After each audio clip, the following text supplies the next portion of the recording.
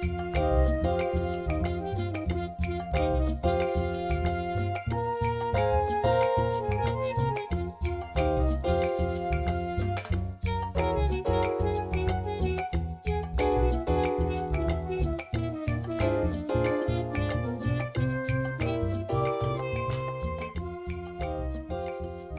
ho, ho, listeners.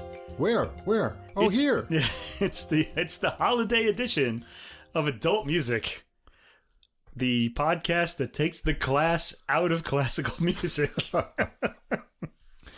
And we are full of holiday cheer here because the beers are open, aren't they? That's right. Yeah. Even though, well, it's about 5 hours earlier than we usually. Yeah, this is the beer for lunch thing, which I'm told shouldn't be done, but it's the holidays, you know. I think they have it for breakfast in the Czech Republic, don't they? They very well may. Has that been your experience? Have you been there? I experienced that in Prague, yes, when I was there. Beer for breakfast? Yeah, there was a tavern at the end of the street, and I noticed businessmen going in there on their way to work. Wow. And having a breakfast beer. And I thought, you know, what a culture. This is great. Yeah. A breakfast beer. That goes perfect with some eggs and sausage. I bet it does. Yeah. I bet it tastes good in your cereal, too. Yeah. Anyway, we are face-to-face in the Mountain Lair R&M Studios for a special Christmas episode. Indeed, we are. With beers. And we're going to have some sausage and peppers and steaks once we get through Very this. Italian Christmas here. Yeah, Italian No Christmas. lasagna, though. No lasagna, yeah. We couldn't find Grandma. Yeah, the reason we don't have lasagna anymore is because Grandma's not around to make it. You know, Grandma can't make it. Yeah, and no one remembers how. So, well, they don't make it like that anymore. But it's a little different now. So this is episode 41, special Christmas music edition. Not holiday music, but Christmas music. Yeah, and the reason why we're calling it Christmas music is all the songs are about Christmas, either that or they're about winter. That's right. Yeah. So if we ever do like an album with the dreidel song on it, I mean, we'll call it the holiday special. Yeah, we could do that. Yeah. Or Kwanzaa tunes, or some Kwanzaa tunes, something else, or a Wiccan Wonderland. Oh my God! Walking in a Wiccan Wonderland, that would be. Oh yeah! Don't forget your charms. Yeah. Anyway, we are an ecumenical broadcast. You don't have to be Christian to. Yeah, of course. Enjoy Christmas music. Because most of the people who write the Christmas music aren't Christians. So anyway, that's right. There you go. And we're going to feature all new recordings, as we usually do. A lot of Christmas music came out this year, and not all of it good. But that's always the case, isn't it? That's always the case. Yeah. We'll see what stays on in the holiday seasons of the future.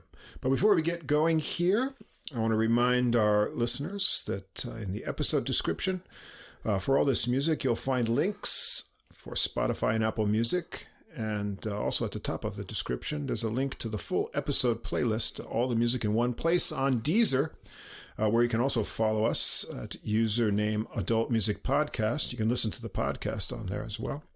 If you don't see the full description or the links don't work on whatever app or platform you listen to us on, come over to see our host site on Podbean, and there everything is laid out clearly and all the links work. If you enjoy the podcast, please follow or subscribe on whatever app or platform you're listening to us on.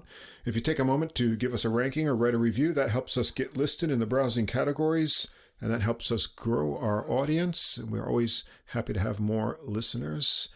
And finally, if you'd like to contact us directly, any comments or questions, we'd love to hear from you. Our email address is adultmusicpodcast, that's all one word, at gmail.com.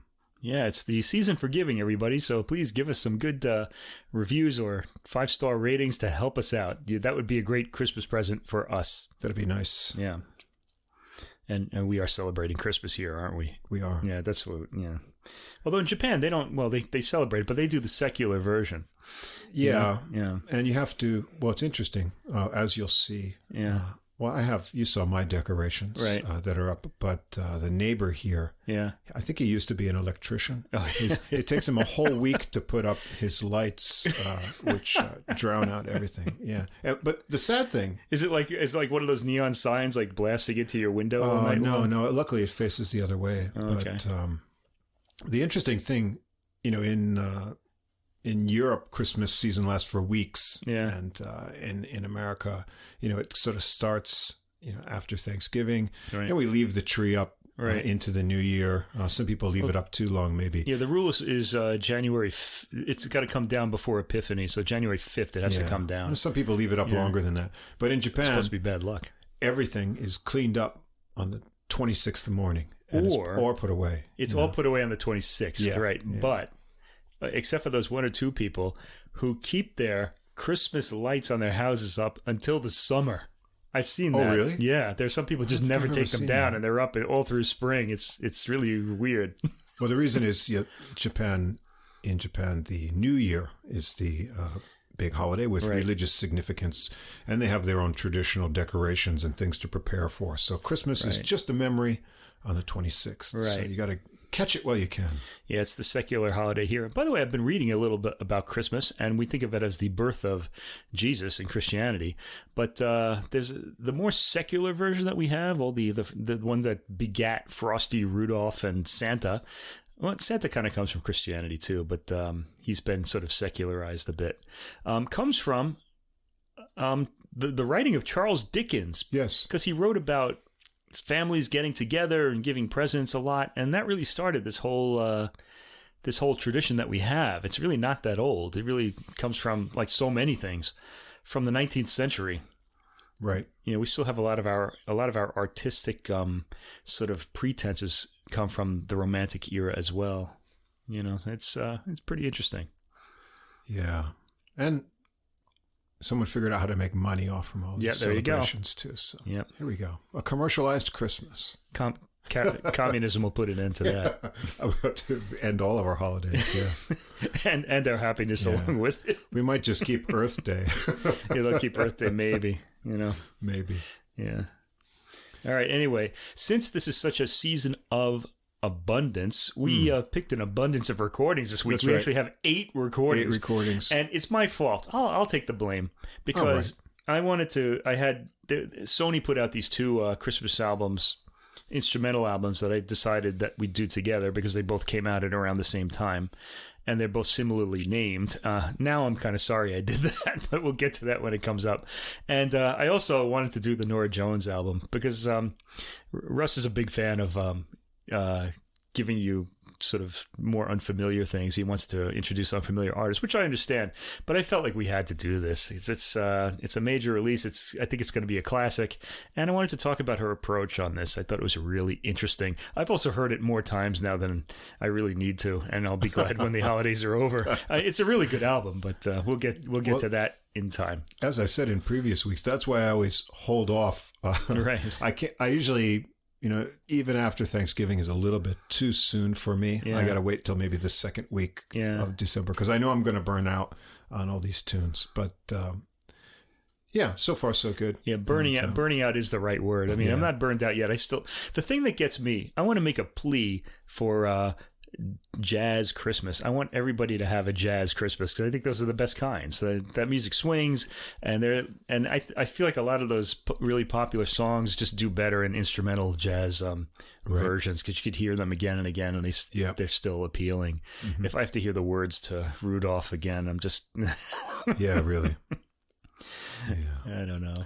Well, we've got a lot of classical to go through first. Yeah, we got a lot of everything. Starting with some bells, I think. Santa was very generous this year. Not only that, I have 4 classical albums. I could have easily chosen.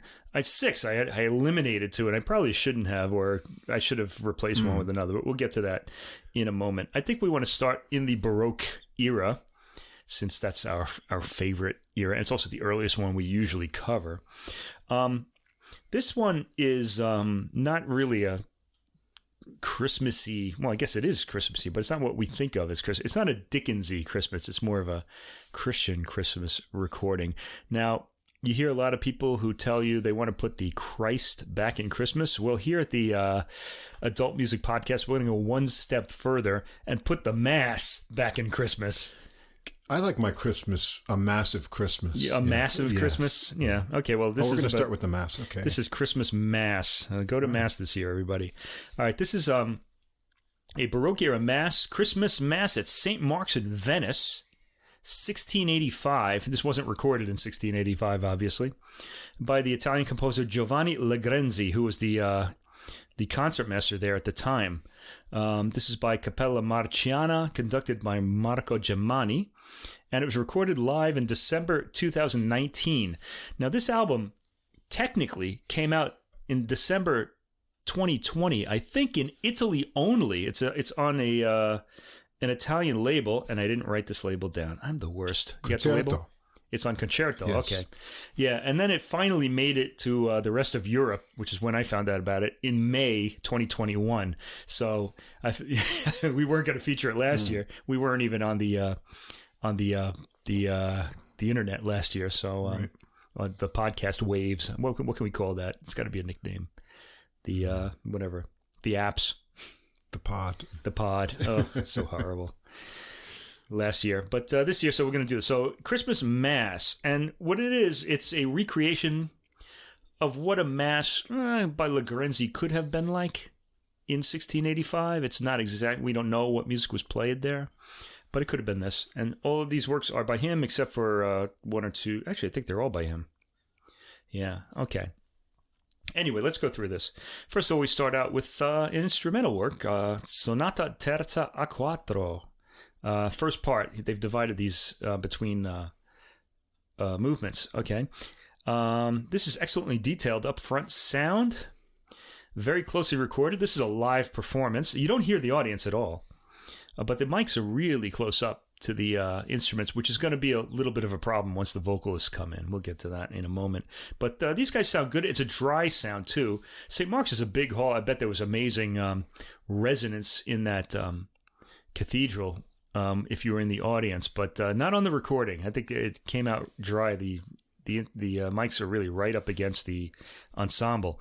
The bass is very present in this, and this has a very brief, slow middle section, and it's kind of dancey in the outer sections. Okay, then we get to our first vocal work, Quid Timitis Pastores. Timitis Pastores, that would be timid shepherds. And this one starts with a solo soprano. And she's telling the shepherds not to be afraid. This is the Christmas story. Then we get a dancey melody as the chorus joins in. There's an organ continua and boys' voices mixed in with the men's as well. Oh, it's a big party there at St. Mark's. The male soloists get lost in the mix when the full ensemble is playing, I thought. We kind of lost them. It sounds like the strings are closer to the mics than the soloists. The texture of the work changes section to section, as it did on the... What recording was that? There was one that we did where that happened a lot, and then we did the Voyage one a few weeks ago that had that style. The Stilus Fantasticus, that one. Oh, that, yes. We did way back. It's in that style.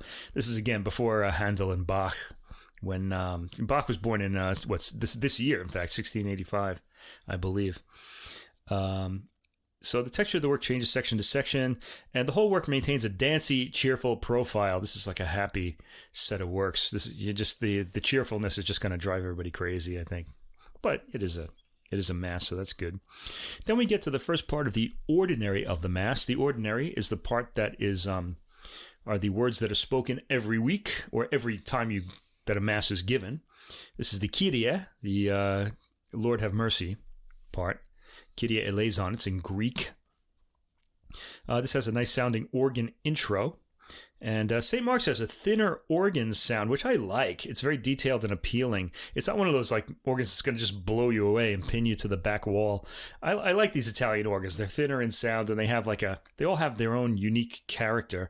In this particular piece, the Kyrie, the chorus absolutely buries the soloists when both are singing together. The soloists just may as well not be there. I mean, so the recording leaves a little bit to be desired, but the work itself is worth hearing. This is pretty interesting, I thought. Okay, Gloria. Italian engineers. We've complained about them before, haven't we? On that was it mandolin or lute that we did last spring, right? I don't remember what that was, but it was on the it was on the guitar one, the Spanish Fiesta. Well, no, the Guitar Fiesta, whatever that one was. Our most popular podcast, incidentally. That's right. Yeah. Okay, after that, we get the Gloria, one of the main prayers of the ordinary of the Mass. This starts with chorus singing the text, accompanied by organ and strings. There are pauses between the sections of this longish prayer, and the musical profile changes to suit the text. Overall, it's pretty lively, and it's over pretty fast. This is a pretty long prayer. This could go on for a really long time in musical settings. Not here. It's pretty concise. Okay, we get a little interlude, Sonata Terza a Quattro, second part. So this is the second part of the work that opened the whole disc or album. It's instrumental and includes organ again. This one's built on a dotted rhythm, dun, dun, dun, dun, that kind of rhythm. It's got a jumpy quality to it. Sections change the tempo and the mood. Then we get a vocal work called Non Sussurrate, means don't make a sound. Okay, this is a solo vocalist, a woman, soprano, urges others to silence as the baby Jesus sleeps. This starts with the instrumental intro by violin and continuo. It's a pretty long showcase for the soprano, 8.5 minutes. She gets, sopranos love that. They love being in the spotlight for that long. Everybody else can sit down while they're up there. Anyway.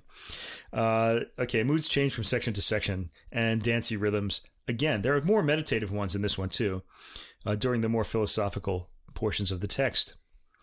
Then, the longest prayer that's said at the Mass the Credo, I believe in one God, okay? This has an organ intro, and there's a full choir at full volume singing the first line together in harmony. Each word is together. This isn't one of those scattered sort of, harmony kind of works. Various sections start scattering the lines soon after, but they're all easily understood. It's a lively setting, and it goes by rather quickly as well. Legrenzi keeps things moving along. I really appreciate him for that. Great music. One of the things I miss in church, really. They don't do this anymore. They usually just have some choir in there. Okay, next, O Mirandum. This is Mirandum is look. Okay, look at the mystery born in the stable. This is a solo for a countertenor. This is the male voice that sings falsetto, not a traditional voice. This originally would have been sung by a castrato. Oops. Having those people, yeah, the castrato in the church, they'd be. So they used to drive women crazy too, apparently. They would be able to sing in this high voice at full strength. So with the full strength of a tenor voice, except they'd be like way high in this kind of stratosphere. So you're not getting that here because they're singing with their, the countertenor sings with his head voice. Right. So it's a different quality, really. It's really an approximation of that sound, but we're not getting the power. Although we are getting a good sound here. Okay, a cheerful work. Next, Sonata Quarta a Quattro. This is a new work. This is the first part. Instrumental work, a different sonata than the first. Strings with organ accompaniment. I like the organ accompaniment in these. It kind of makes them more appealing. Kind of feels like it belongs in church that way. Dancey profile. I don't, by the Baroque era, I think they were okay with having these sort of dancey rhythms in the church because before that, they didn't like them at all. This is all part of the reforms after the schism between Protestantism and Catholicism. The instruments had to get out of the church, but then they started coming back in the Baroque era, I think. There's some brief meditative interludes and dancey rhythms. Track 10, Abstupescite, which means be astonished. Be astonished, heavenly beings, basically, is the first line. This text is about how the whole world should be astonished by Christ's birth. Jesus, God born on earth, right? Organ intro, contrasting sections sung by the choir. The vocal combinations change from section to section. Okay, then we get the second part of the sonata. Very brief, starts slowly, breaks into a dancey contrapuntal style, and finally, go in peace. The mass ends with Alma Redemptoris at a cinque. This is Alma Redemptoris, Mother who redeems our souls, a prayer to Mary, Jesus' mother. A cheerful work that the whole chorus sings throughout. There's applause at the end. And there are certain sounds of electrical cords or sheets of paper being dropped at points throughout the recording. But other than that, it sounds pretty good. Anyway, there's nothing particularly Christmassy about the music, but it is the themes of the music is all about the Christmas story. It's an upbeat Baroque recording that should lift your spirits. I love the lively rhythms of the Italian Baroque, and so I liked this. I think the recording leaves a little to be desired. It's clear, but certain things get lost in the mix, like the soloist voices when the chorus sings. I'd recommend hearing it, though, if you can stream it for free. I think you'll enjoy it. It's kind of it'll put the mass back in your Christmas. Let's just say that. Yeah, I enjoyed this one. You may have an image, when you hear mass, some people think this somber kind of... you think of like the contrapuntal voices of the Renaissance or something like that. But this is overall lively Baroque music. It moves along. The tempos and rhythms are really engaging, and I enjoyed it a lot. The recording is interesting. I didn't realize that this was a live recording. Until the end. I guess, if it's in a church, the atmosphere has an influence on the audience's behavior and sounds. So I thought... Yeah, people tend to get pretty subdued in church. They're kind of... Yeah, the surroundings may have an influence. But the clarity is awesome, especially in the strings. All those statues urging you to behave, watching you. Crucifixes hanging over you and things like that. The clarity of the recording is great, especially in the strings. It's like right up there. You can hear all the individual notes. The problem is, as you mentioned, the balance. They probably did their best to work things out in setting up, but then in the actual performance, certain things, especially the soloists, get a little bit overshadowed by other sounds. But, that's the nature of a live performance. Yeah. It is very clear and sounds, enthusiastically performed. And I enjoyed it a lot. It's not... It's an uplifting mass. Yeah. And so Baroque masses tend to be. Yeah. Think about the Bach Mass in B minor, right? So, very, and very positive. I had never heard of this one before. And so now it's on my list of religious music that will put me in a good mood. So. Something new for Christmas right there. We're going to have a lot of new stuff on this episode. If you're fed up with Frosty or riled by Rudolph. Or sick of Santa. Have a massive Christmas. That's a new greeting. Yeah, there you go. Have a massive Christmas. Okay. I got to tell you, I wish I could be in St. Mark's this Christmas for the Christmas Mass. And I bet a lot of Italians do too. Yeah. They're lucky they can go to the supermarket. Yeah, if they can even do that. I don't know. Anyway, onwards. I wanted to...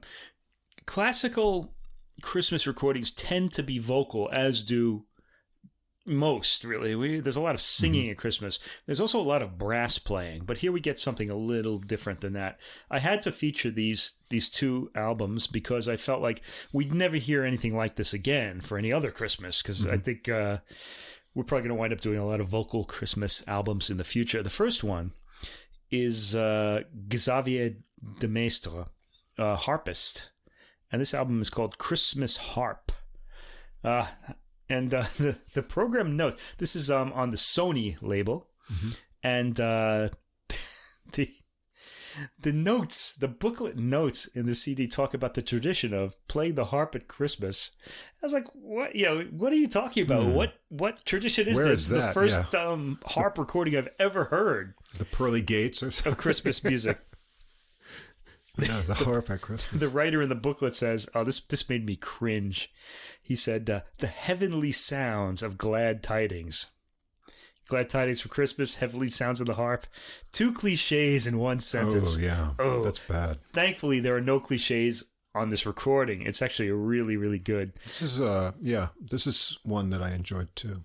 Yeah, these are kind of, again, more classically oriented mostly. I think with when most people think of harp, they probably have this kind of angelic, Cupid figures strumming, and it's sort of this background type of thing. And that's the way that harp is used as a texture, a new timbre in most, even classical recordings. Yeah. It's just filling this gap, or there's some arpeggios. That's not what you get here. Yeah. And there's a lot of nice things about this, but you're going to get music arranged. I think that's the key on this one. The arrangements bring out things the harp is capable of that you just don't normally hear when it's used as one more color in the orchestra. Right. And so in that sense, it's really interesting. Yeah, I'm rather a big fan of solo harp recordings in general. I've got a few of them. It really depends what's on the program. Anyway, let's take a look at what's on this program. It starts with Tchaikovsky. As we know, Tchaikovsky's great contribution to Christmas is the Nutcracker Ballet. And this has this recording has two of the most famous works from that ballet. First, it starts off with the Waltz of the Flowers, which everybody knows. Just give it a listen. I'm not going to sing it for you now. But it's from the Nutcracker, and this is an arrangement by Alexander Boldashev, and for the harp. It's great. You can hear all the parts. I mean, everyone knows this piece. Yes, and, it's normally done by an orchestra. Yeah, and all those parts from the orchestra, you're going to hear.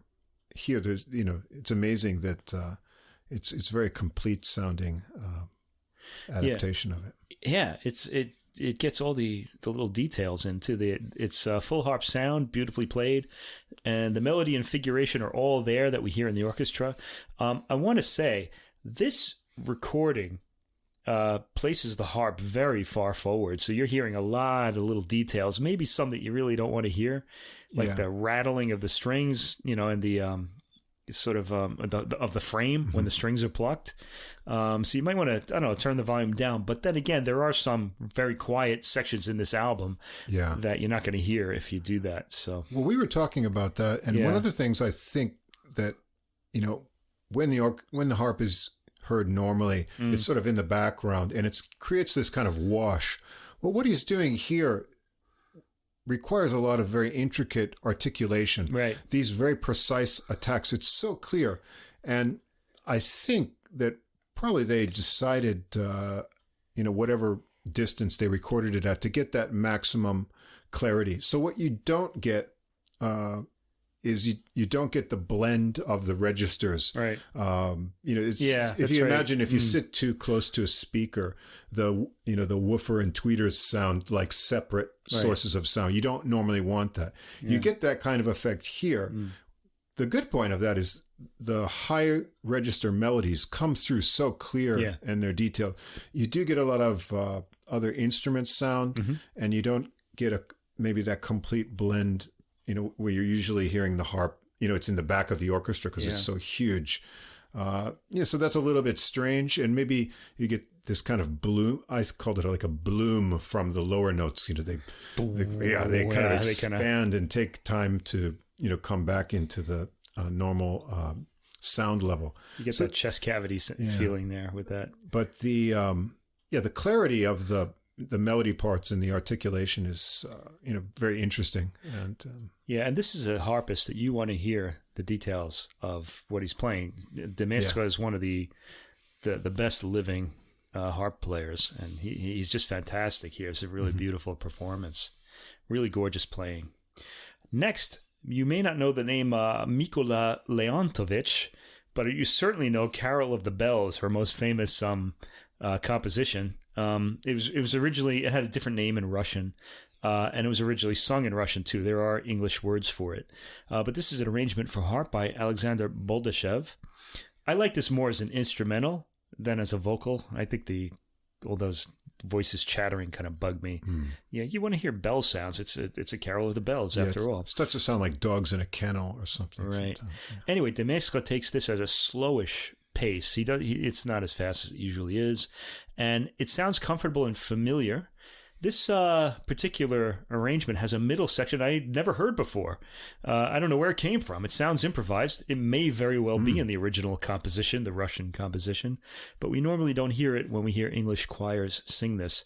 When the famous melody returns, it's played quietly with the chords up front, and the melody is kind of in the background. Nice little touch.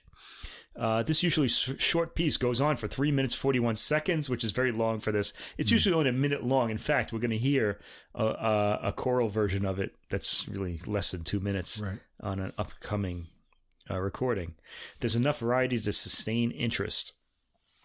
Okay, so that's the meat in the Tchaikovsky sandwich, because we get another Tchaikovsky piece here. I really like that metaphor a lot. I've been using it a lot, the sandwich. The sandwich. Maybe I should do the Oreo cookie or something like that. I don't know. Anyway, Tchaikovsky again, Dance of the Sugar Plum Fairy from the Nutcracker. Now, this is really famous because of the use of the celesta in the original orchestration. It was the first time Europeans had ever heard that instrument, and it really caused a stir at the first performance. You got to imagine all these, it's a ballet. Yeah. You see all these dancers, dancing, and then everybody's just being blown away by the celesta. They're not paying attention to the dancers anymore. Yeah, this chimey sound from outer space. Right, yeah. But it sounds good on harp. It sounds good on harp. We don't hear the celesta, obviously. We hear the harp here. The melody transfers well to the harp. This is actually arranged by De Maistre himself. It sounds, very beautiful with the melody returns to the upper register, and De Maistre has a perfect tempo in this particular work. Next, Alphonse Hasselmans. Now, if you like the harp, you know that Hasselmans wrote the most famous solo harp piece of all time called La Source, or the source of the, what would you call it? The source, I guess, of a river or something. Okay. Or it could be a fountain. If you don't know it, it's probably all over YouTube. You could probably hear it anywhere. It's got a lot of arpeggios. It really made the whole arpeggiated harp sound famous. Anyway, this piece is called Conte De Noel. This winds up being very idiomatic for harp. Hasselmans was a harpist himself, and so he wrote this for the harp. This is the first piece we're hearing that was originally written for the harp. Lots of nice glissandi in the figuration. He's really responsible for that. The harp being kind of associated with glissandi. It's got a beautiful middle section as well. Next, do you know who James Lord Pierpont is? Because you know his song. He wrote Jingle Bells. By the way, if you ever listen to, usually only the first verse of Jingle Bells is sung. Right. There are, I think, 3 other verses, and they're kind of like a pickup guide for guys for the girl they have in the sleigh. So, Lord Pierpont, I don't know. It was sort of like a early version of Baby It's Cold Outside? Maybe, yeah. But he's not I hope they don't ban that, too. Oh, geez. They're trying to ban it. Don't get me started on Baby It's Cold Outside, because I want to say something about that. Do you understand opera? When 2 singers sing in harmony, it means they're in harmony with each other's feelings. That's what happens at the end of that verse. Right. So the woman decides she's going to stay with the man. It's agreed upon. How dare you? Yes. There you go. All right, Jingle Bells. Okay. I'm going to have to check out the rest of those verses. Maybe we'll find an arrangement for that later at Christmas dinner. Yeah, if you find yourself a nice 19th century girl, you can put the moves on her. Well, my wife's not that old yet. Don't tell her I said that. Yeah, this may have been early 20th century, though. I'm not really sure. Anyway, the arrangement is by Carlos Salcedo, and we'll hear more about him. Now, you might remember Carlos Salcedo. We did an entire harp recording of his work earlier in the year, probably around May or June or something like that. I didn't look it up. But this is arranged by him. We're going to hear a lot more of him on this album, too. The notes in the booklet say that no Christmas playlist can fail to feature this song. But I think we should try it once and see what happens. Let's just not put it on a program. How about that? Yeah. And what are you going to do about it? Yeah. Anyway, this is arranged by Salcedo, so it's worth hearing for that. De Maistre makes this appealing with his accompaniment, or Salcedo does with his arrangement. This is enjoyable, maintains interest. The harmonies are great. It's very short. at 1 minute and 9 seconds, probably also a good thing. I think Salcedo kind of knew he didn't have much to work with here. Yeah. Okay. But it could have gone on. I would have still been interested. Anyway, after that, we get 4 arrangements by Carlos Salcedo. He was a French harpist and wrote a lot of, or arranged a lot of music for harp and also wrote some as well. These are 4 short fantasies. The first one is short fantasy on a Noël provençal. So a Noël would be a Christmas song from Provence in France. This is a kind of dancey and pastoral one. It's got a dancey quality to it, but it's got words as well. These are all famous, but I recognized the last one, but I didn't recognize the first 3. And I'm really a little bit ashamed that I didn't recognize number 7, short fantasy on a Neapolitan carol, being of Neapolitan descent myself. This one has, I'm going to mention the Siciliano rhythm in this one because it comes up, Siciliana, I guess I should say, because it comes up in so many Christmas songs, and we're going to hear a lot of them on this album. So the Siciliana rhythm again, dun, dun, dun, dun, dun, okay? It has a simple, appealing melody. Didn't recognize it, though. Track 8, short fantasy on a Catalan carol from Spain. There's a guitar quality to this one, as you would expect. If you've ever heard the Spanish song Fum Fum Fum, 25 de septiembre, Fum Fum Fum, that's what this is. Okay, it's a setting of that. There's some percussive banging between phrases on the repeat.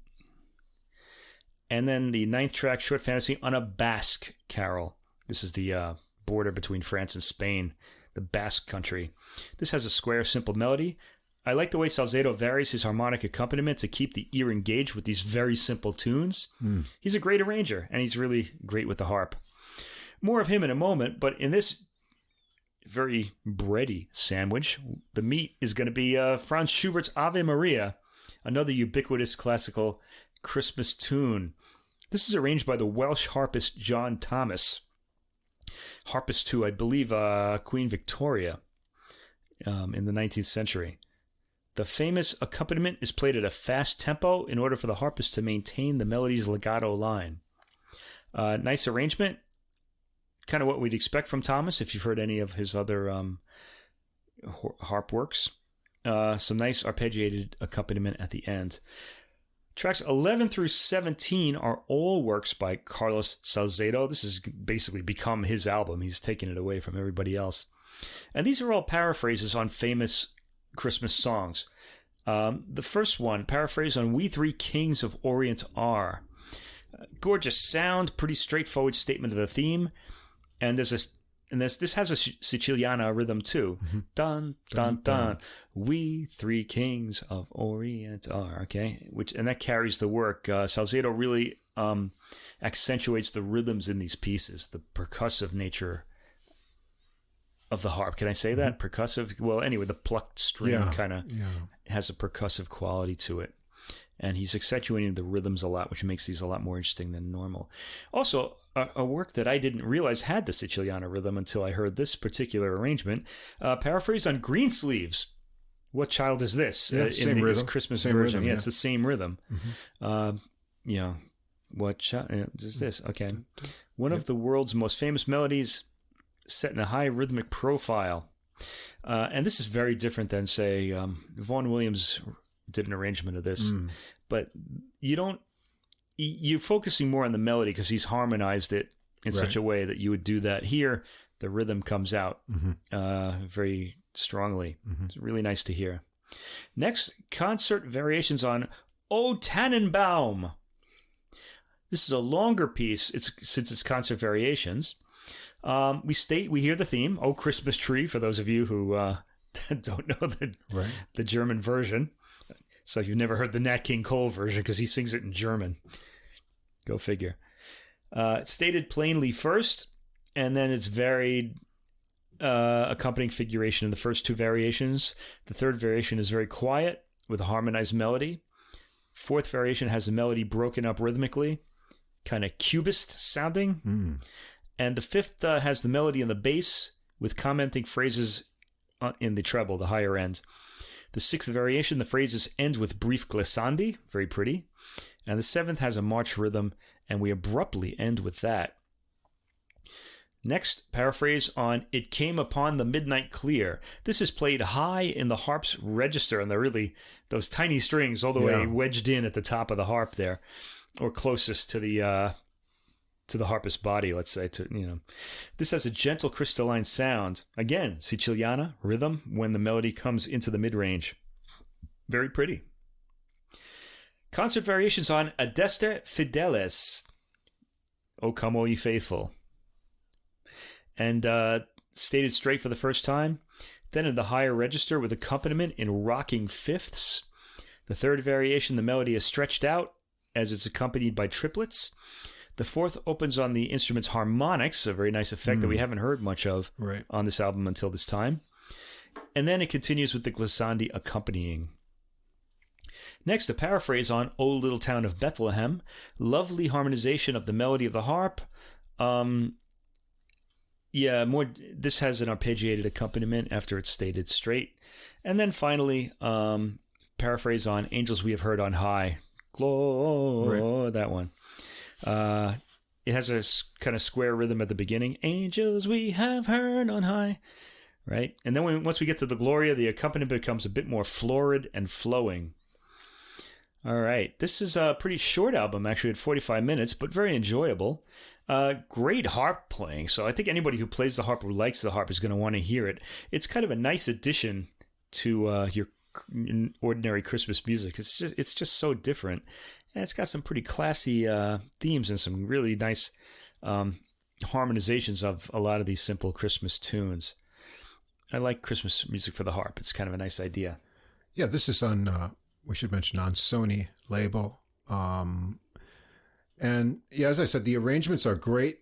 So there's a few things that make this an album that you really should listen to. The arrangements are great. The Salzedo ones especially. Yeah. You're going to hear harp to its fullest capabilities with his technical mastery of the instrument is fabulous, and the material allows him to do all of those great musical things that he can do. He plays well. He chose his arrangements well. After that, you just don't get to hear enough harp like this. So you're going to hear that, and the material is all familiar to everyone. These are famous works, so you'll get into it right away on the first listening, but you'll hear them done in a unique way. So it's enjoyable. There's enough familiarity, but then enough novelty in the sounds and the arrangements with the harp that excellent recording.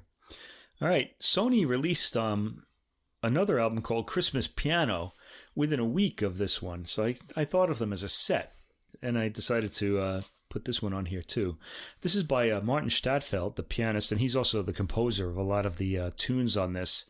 And it's a set of, he calls them a set of Advent pieces. Perfect for this podcast because we're still in Advent. We're recording, in fact, on the third Sunday of Advent, I believe. This is a collection of compositions and favorites of Martin Stadtfeld, and they're all played by him. He's the pianist. And he made this recording during lockdown. So all these ideas seem to come up then. So the first set of works on this album is called Christmas Time, and it's by Stadtfeld himself.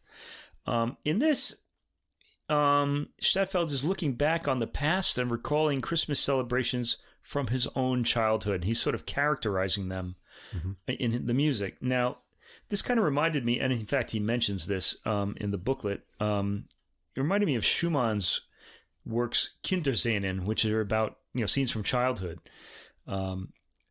It reminds me more of Schumann than of Christmas, to be honest. This set of works, It really sounded like it could be played all year long, maybe even by younger pianists, because these works they don't sound terribly easy, but they're short. Right, it's very short. Yeah.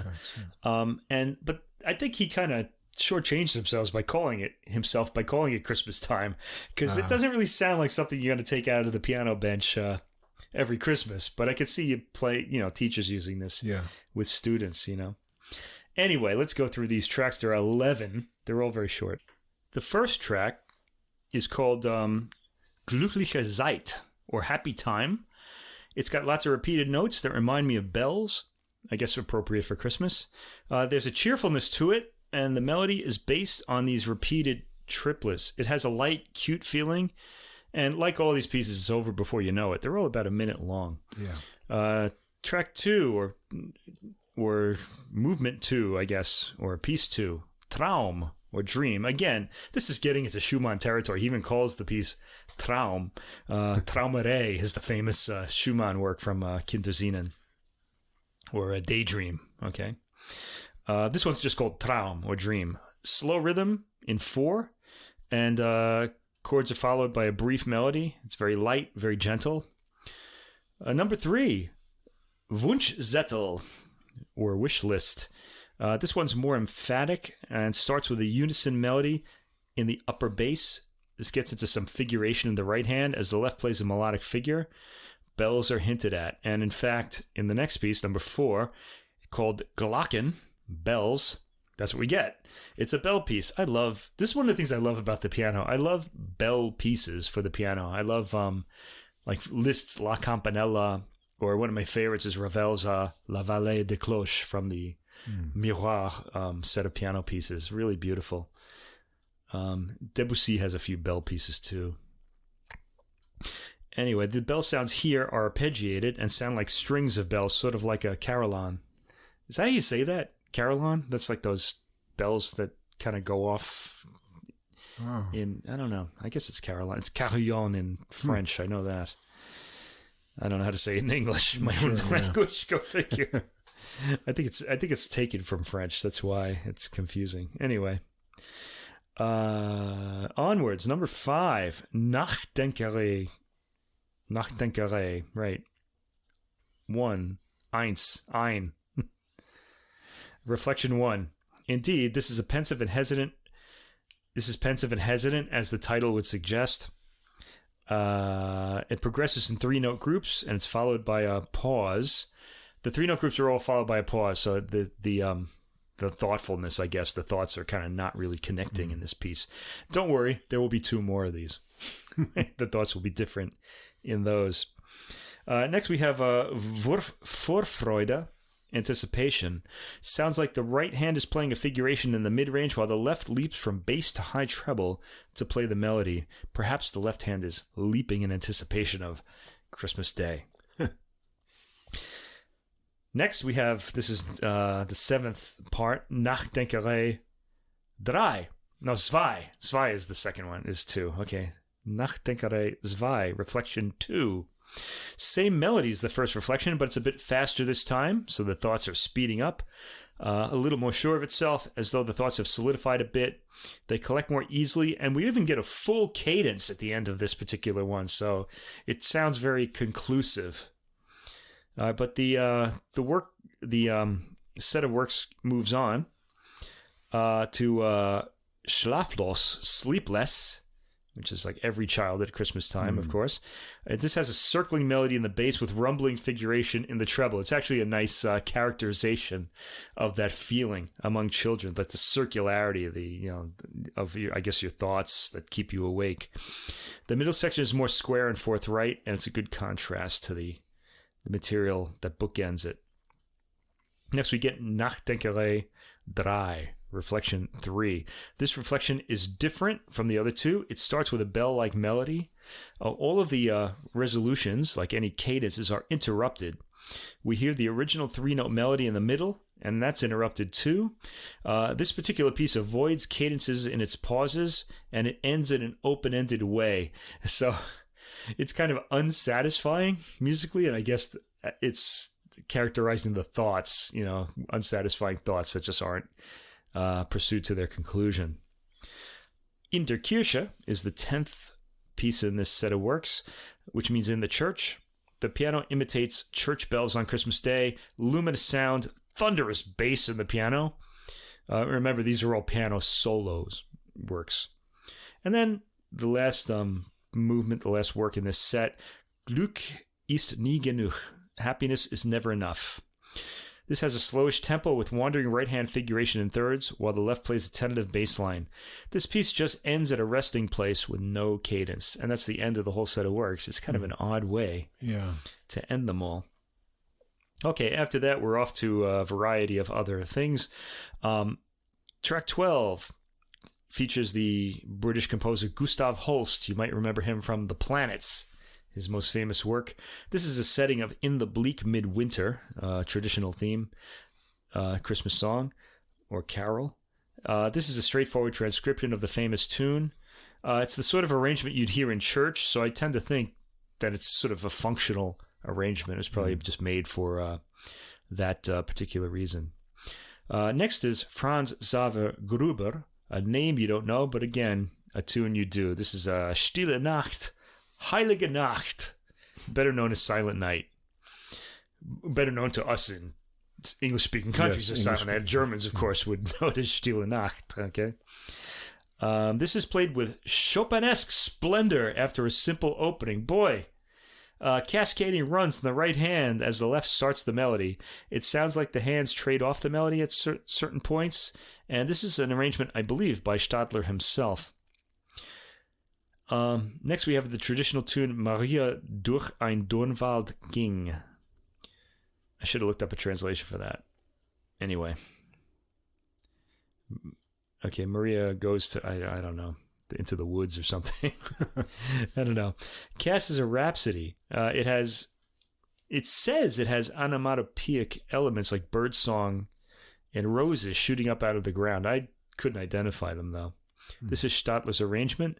There's some Lisztian influence in this, as the melody is interrupted by virtuosic flourishes, sort of like the way Liszt would in a lot of his concert paraphrases.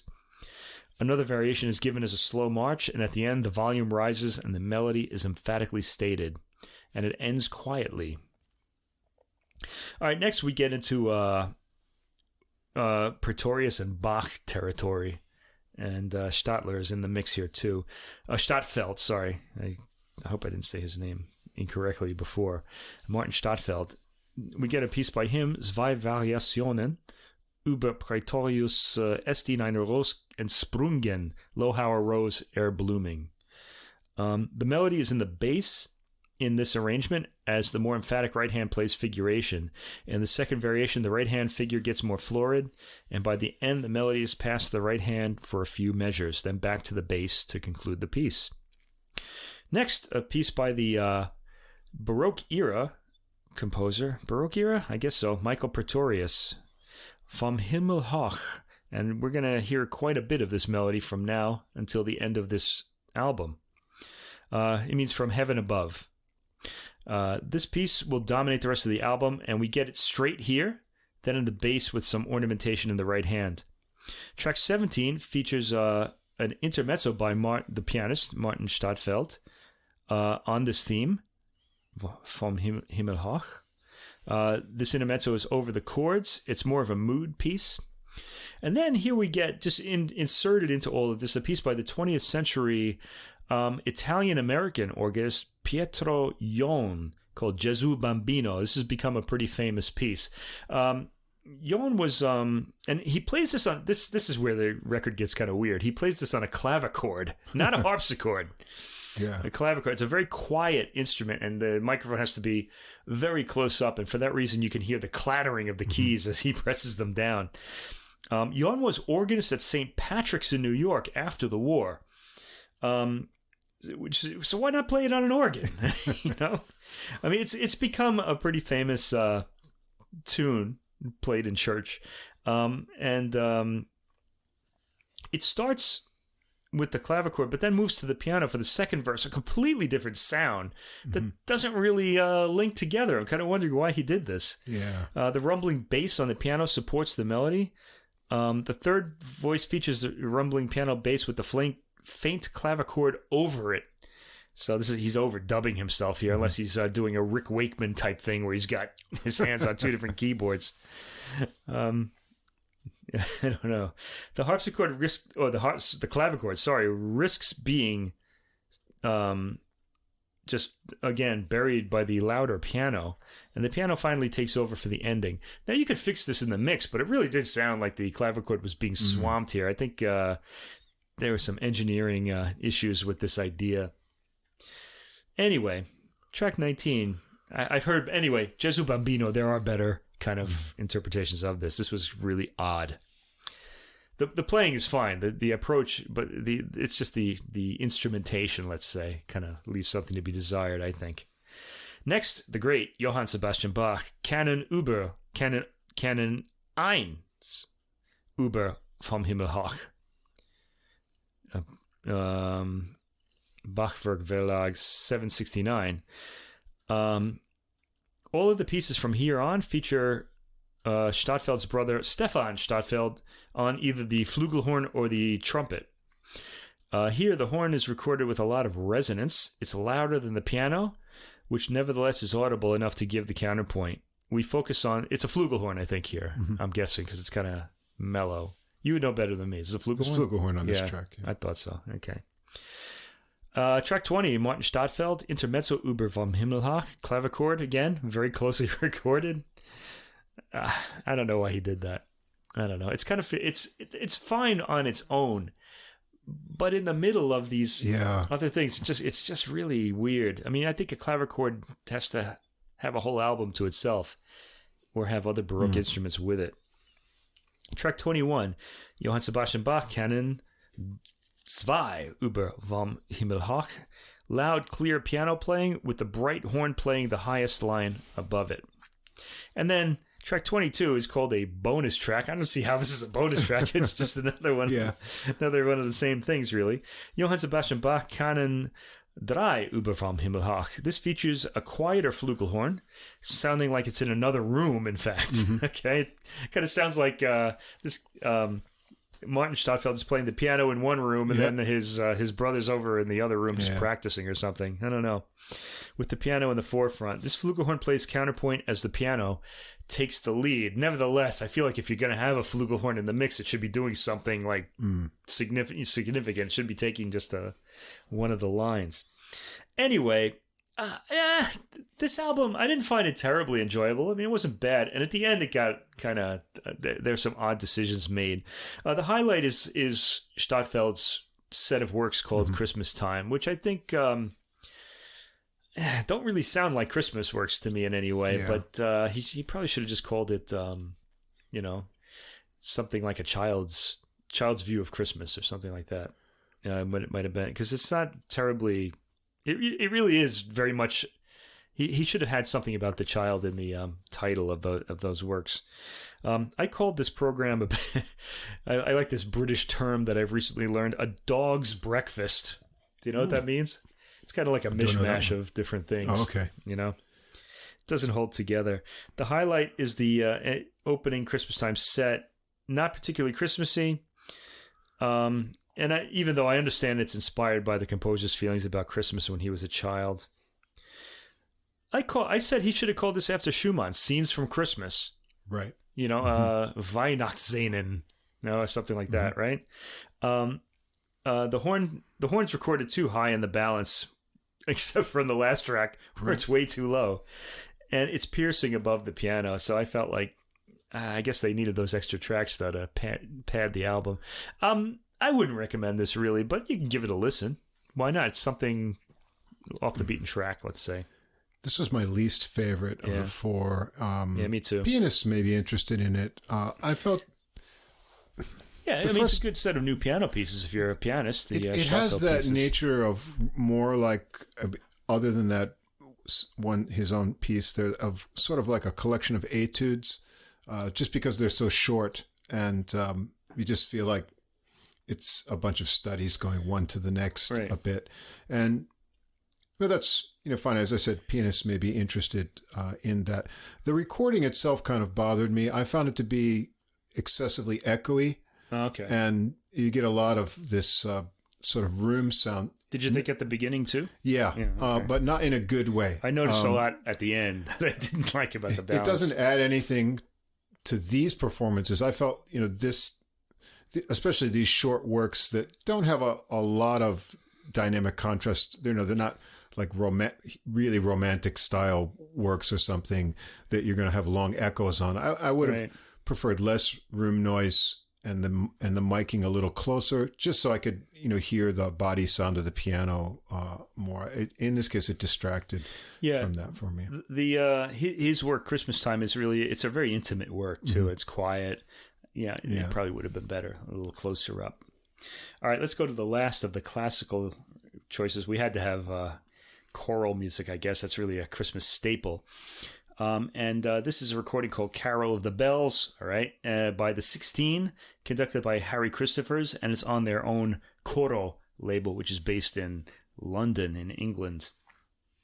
This is all a cappella music, and it's all new. Not all of it.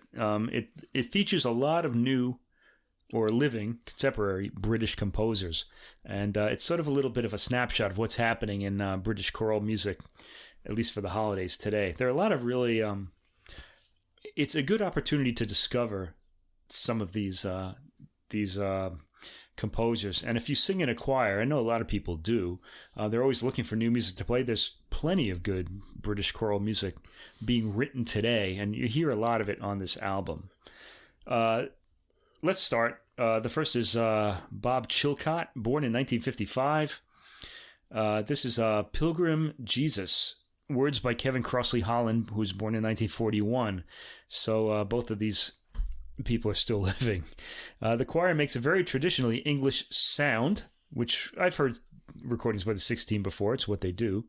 Very clean recording, as we expect from this ensemble and label. And the English text is sung to a dancey rhythm, which abruptly stops as block chords announce the Latin words. There's sort of like a Latin text for each chorus, and then like the verses are all in English. Okay. Next, we go back to the Baroque era. Can we call this Baroque? I think this is more Renaissance. Michael Pretorius. Yeah. I earlier said he was a Baroque era composer. I would guess late Renaissance. Okay, and an arrangement by Jan Sandström, born in 1954, on Lohar Rose, which we heard already on the Harp album, I believe. This starts very softly with low atmospheric sounds. So the heavenly kind of choir there, setting a bed for the melody to be sung over.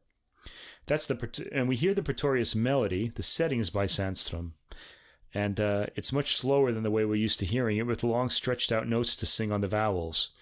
The ums create a mystical, wispy atmosphere, or cosmic harmony, as the booklet notes tell us. Cosmic harmony, wow. That's it, yeah. This piece is very quiet, and the volume may have to be turned up on your stereo. The voice is very clear on the recording, though, so no problem there. You're going to hear a lot of detail. Next, we get a traditional work, Sans Day Carol. This is a British tune. The holly bears a berry, but of all the creatures in the wood, the holly wears the crown. Not creatures. I don't remember the words. It's straightforward and sounds like an ordinary church performance, beautifully sung, with different registers taking the various verses and everyone singing on the chorus. So we hear like a soprano. I forget what order they come in, but a soprano sings like one verse, and then the chorus will end the verse, and then you'll have like the tenor on the next one, and it's a nice arrangement.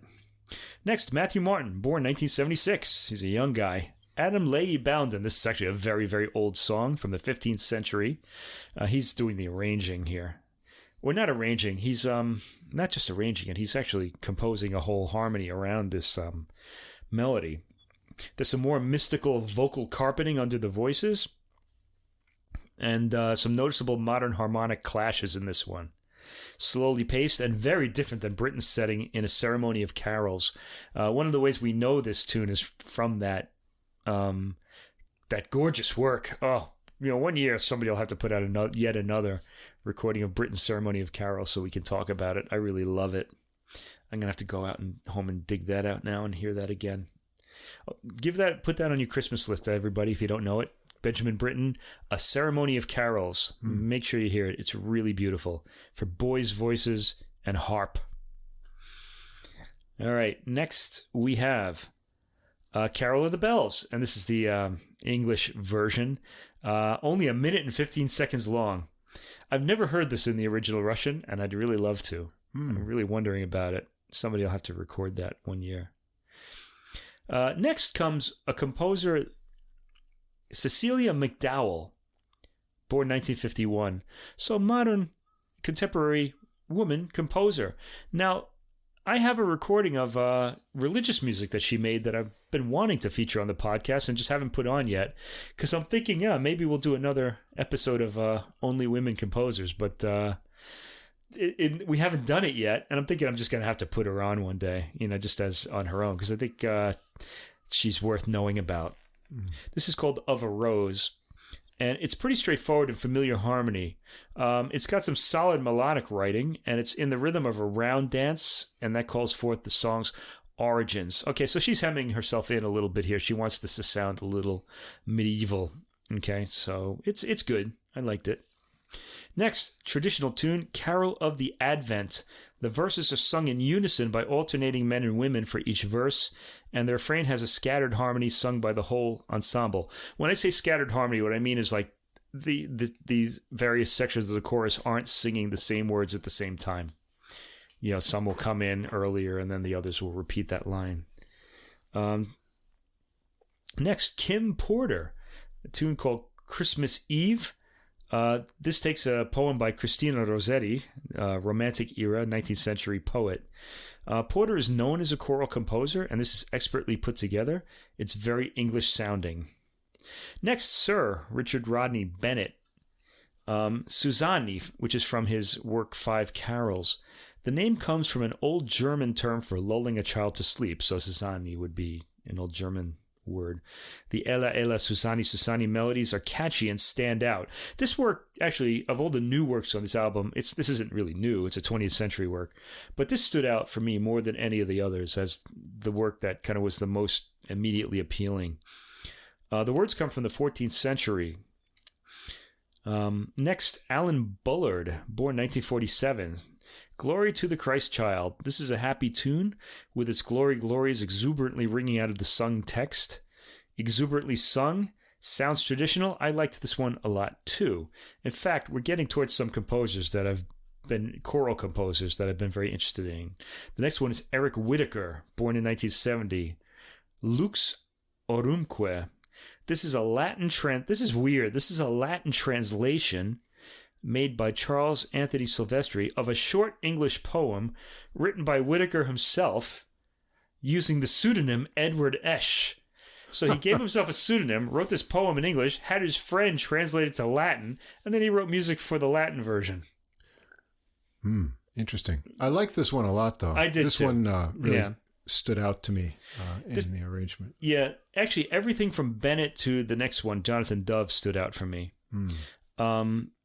But let's talk about Whitacre first. Okay, he apparently wanted the old church sound, and his choral writing is really special. He uses some intriguing downward-moving chords. He knows how to draw the ear. I like this composer a lot. I've actually heard some of his non-Christmas choral music. Well worth seeking out. He's been talked about a lot in recent years.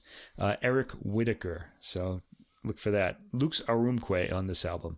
Next is the highlight of this album was tracks 9 through 12, and track 12 is Jonathan Dove, I Am the Day. This piece incorporates the text of Veni Veni Emmanuel into its text.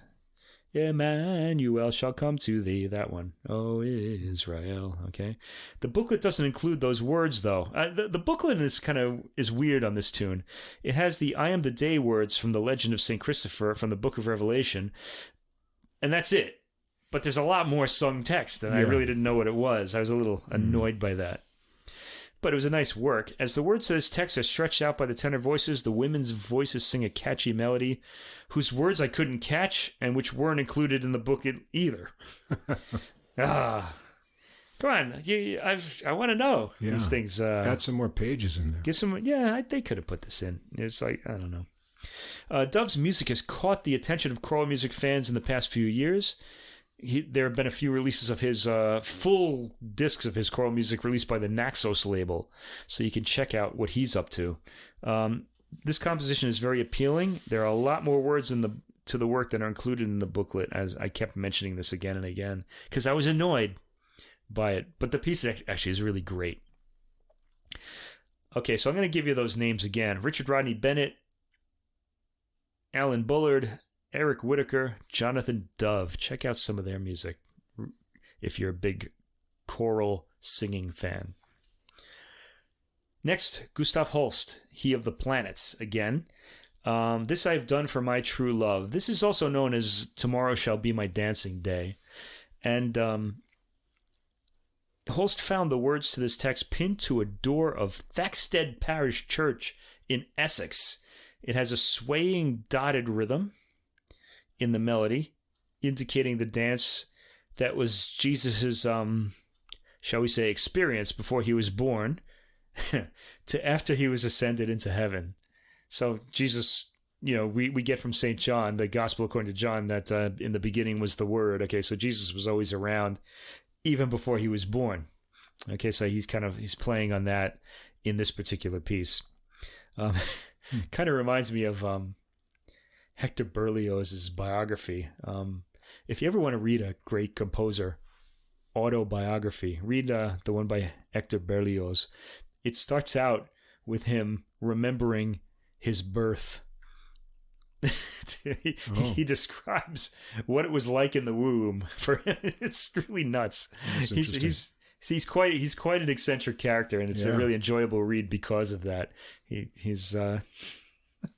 had a rather high opinion of himself too, which makes which makes it even that much more interested to read. So there you go. Track 14, this traditional song, the Wassail Song. I'm familiar with this from Vaughan Williams' setting of it in Fantasia on Christmas Carols, another work that everybody should hear. Vaughan Williams, Fantasia on Christmas Carols. Give that a listen. Here, this is a traditional setting. It has a similar swaying dotted rhythm to the melody, to Holst's This I Have Done for My True Love. It gets more appealing as it goes on. I love the text. It's a long Christmas well-wishing to all who can hear it. I actually like Vaughan Williams' version of this in that Fantasia on Christmas Carols a lot better. It comes at the end. Next, Herbert Howells, Long, Long Ago. This starts straightforwardly, then gets into some nice modulations. There are hints of ancient modes in the melody, and I like the way Howells varies the chorus each time we hear it to match the tone of the upcoming verse. Yeah, this one is one of the other ones I liked best. The harmonies are really unique and interesting blends of sounds. I like Herbert Howells' music in general. Again, he's also a choral music composer, but his choral music often has like the orchestra involved in it. He did a lot of church music. Check some of that out. William Walton, at this time, Walton was alive at the same time as Benjamin Britten, so they were sort of, I guess you could say, competitors in England. All this is a fairly brief work.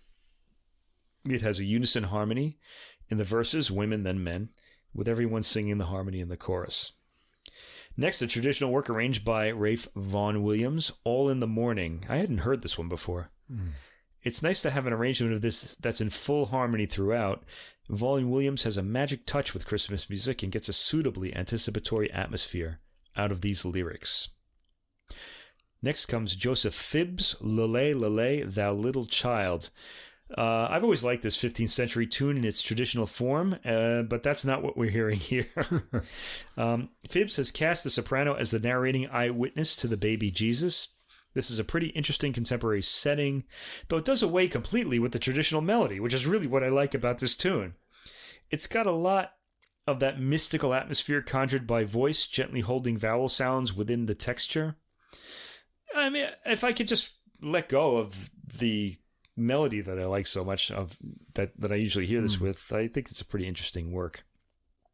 Next comes James Burton, born 1974. Joseph Phibbs, by the way, also born 1974. Anyway, James Burton, Balulalau. The booklet says this became an instant Christmas classic when it was published in 2015, and it sounds like something choirs would enjoy singing. So check that out if you're in a choir. You might want to do it next Christmas, or maybe even this Christmas if you could learn it fast enough. Let me see. It sounds like it dispenses with Renaissance era melodies for something new, because this is an old text again. This is traditional. Next one comes a traditional tune, Herrick's Carol. There are echoes in the refrain of this work where other voices repeat more faintly the main melody. It's sung in harmony throughout by the entire ensemble. All right, tracks 21 through 27 are all Advent antiphons by Bob Chilcott, who opened the album. It's another sandwich. It's another kind of sandwich. Yeah. This is just the bread. A lot of bread on the bottom here. Okay, now these 7 antiphons, O Sapientia, it's pretty spare. It's got a churchy feeling to it, which is appropriate since they've sung before and after the Magnificat for the 7 days before Christmas Eve. These works are. Next, we have O Adonai. This continues in the same vein as the previous one. I have to say about this one, these words, these 7 Advent antiphons were set by Arvo Pärt as well, Ooh. and his are absolutely magical, and especially the O Adonai, which features this really low rich Russian bass sound that I remember once playing this for someone, and it just blew them away. Their voices got like big like saucers as they looked over at me saying, wow. Okay, that's the Arvo Pärt version, not this one, which is a little more straightforward. This one is continues in the same vein as the first Advent antiphon. The third one, O Radix Jesse. The men take this one first, with the women coming in for some eerie harmony. It's pretty compelling, actually. Fourth, O Clavis David. Fuller harmony and volume in this one. Fifth, O Oriens. More of those eerie harmonies from the women as the men sing the main text. Next is O Rex Gentium. Full chorus that quietens towards the end. And the 7th one, O Emmanuel, continues almost without pause right into this. The previous antiphon continues into this one. It's pretty quiet throughout and ends quietly. Now, those are all by Bob Chilcott. I want to highly recommend that you check out the Arvo Pärt versions. His works are called 7 Magnificat antiphons, not Advent antiphons. He calls them, because they're sung before the Magnificat, which is Mary's response to Gabriel when the angel tells her that she's going to have the Christ child, and she supposedly said those words in the Magnificat. Okay, so 27 tracks of a cappella singing kind of wiped me out. This is a long album, and it's probably best taken in parts, to be honest, or cherry picked. There's a lot. It's all good, but it might be a little bit too much, as we say, too much of a good thing. It's a very generous selection. The singing is excellent all the way through, and we get to hear a lot of contemporary British composers. It comes across as pretty somber, though, as an album.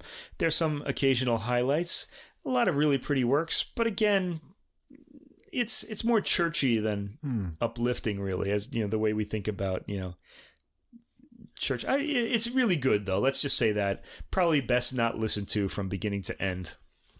Yeah, I enjoyed it, and I'm not a big only vocal work, although I do enjoy a cappella works now and then. What I felt makes this one interesting is it has the dual character of very old works, but also modern things, and old works done in a modern arrangement and a new version. So it sort of has a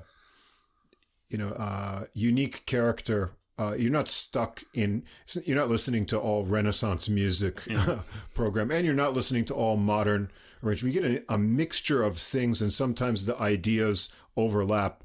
And in that sense, it retains a freshness about it. It is just very long.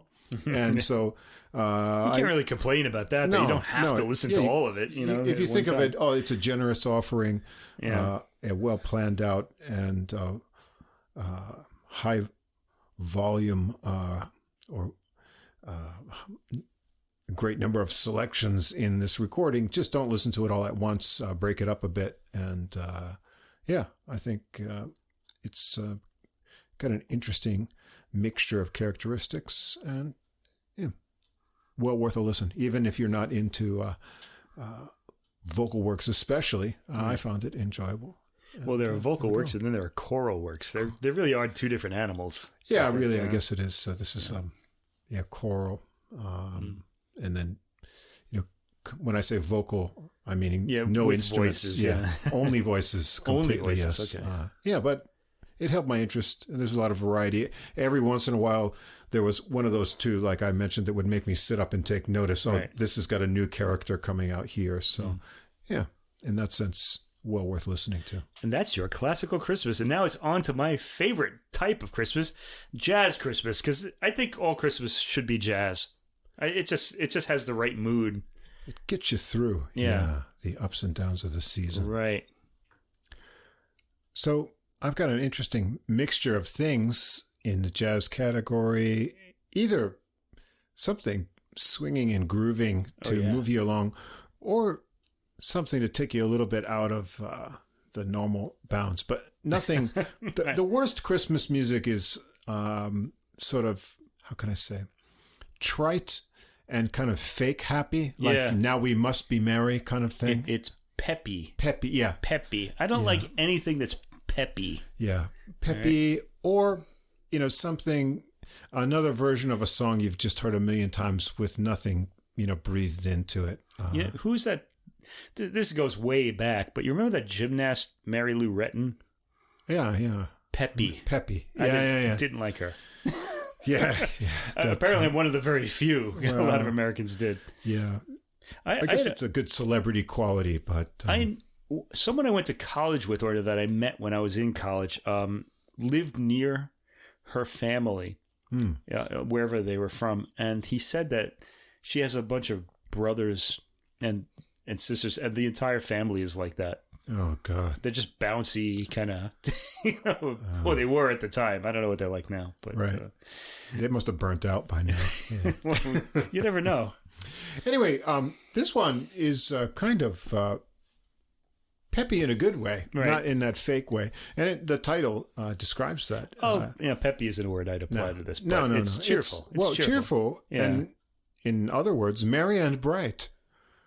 And it's by the Jeff Hamilton Trio. Jeff Hamilton, jazz drummer, well-known player, played in a lot of sessions and with other musicians on Capri Records. And, well, his approach was he wanted to do versions of songs that were from his memory of being played around his household when he was a boy growing up, sort of his own Christmas memory reimagined.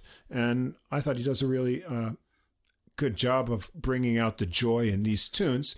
In a trio with him, bassist John Hamar, and nice pianist here, Tamir Hendelman, who brings a lot of influences into the pieces. So, starts out with It's the Holiday Season.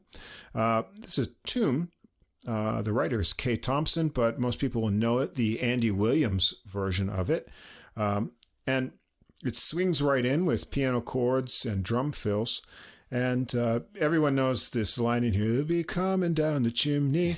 And Hendelman takes that and sort of gets a good ringing of the blues cloth on that. Really pulls out the blues on that line during the verse melodies.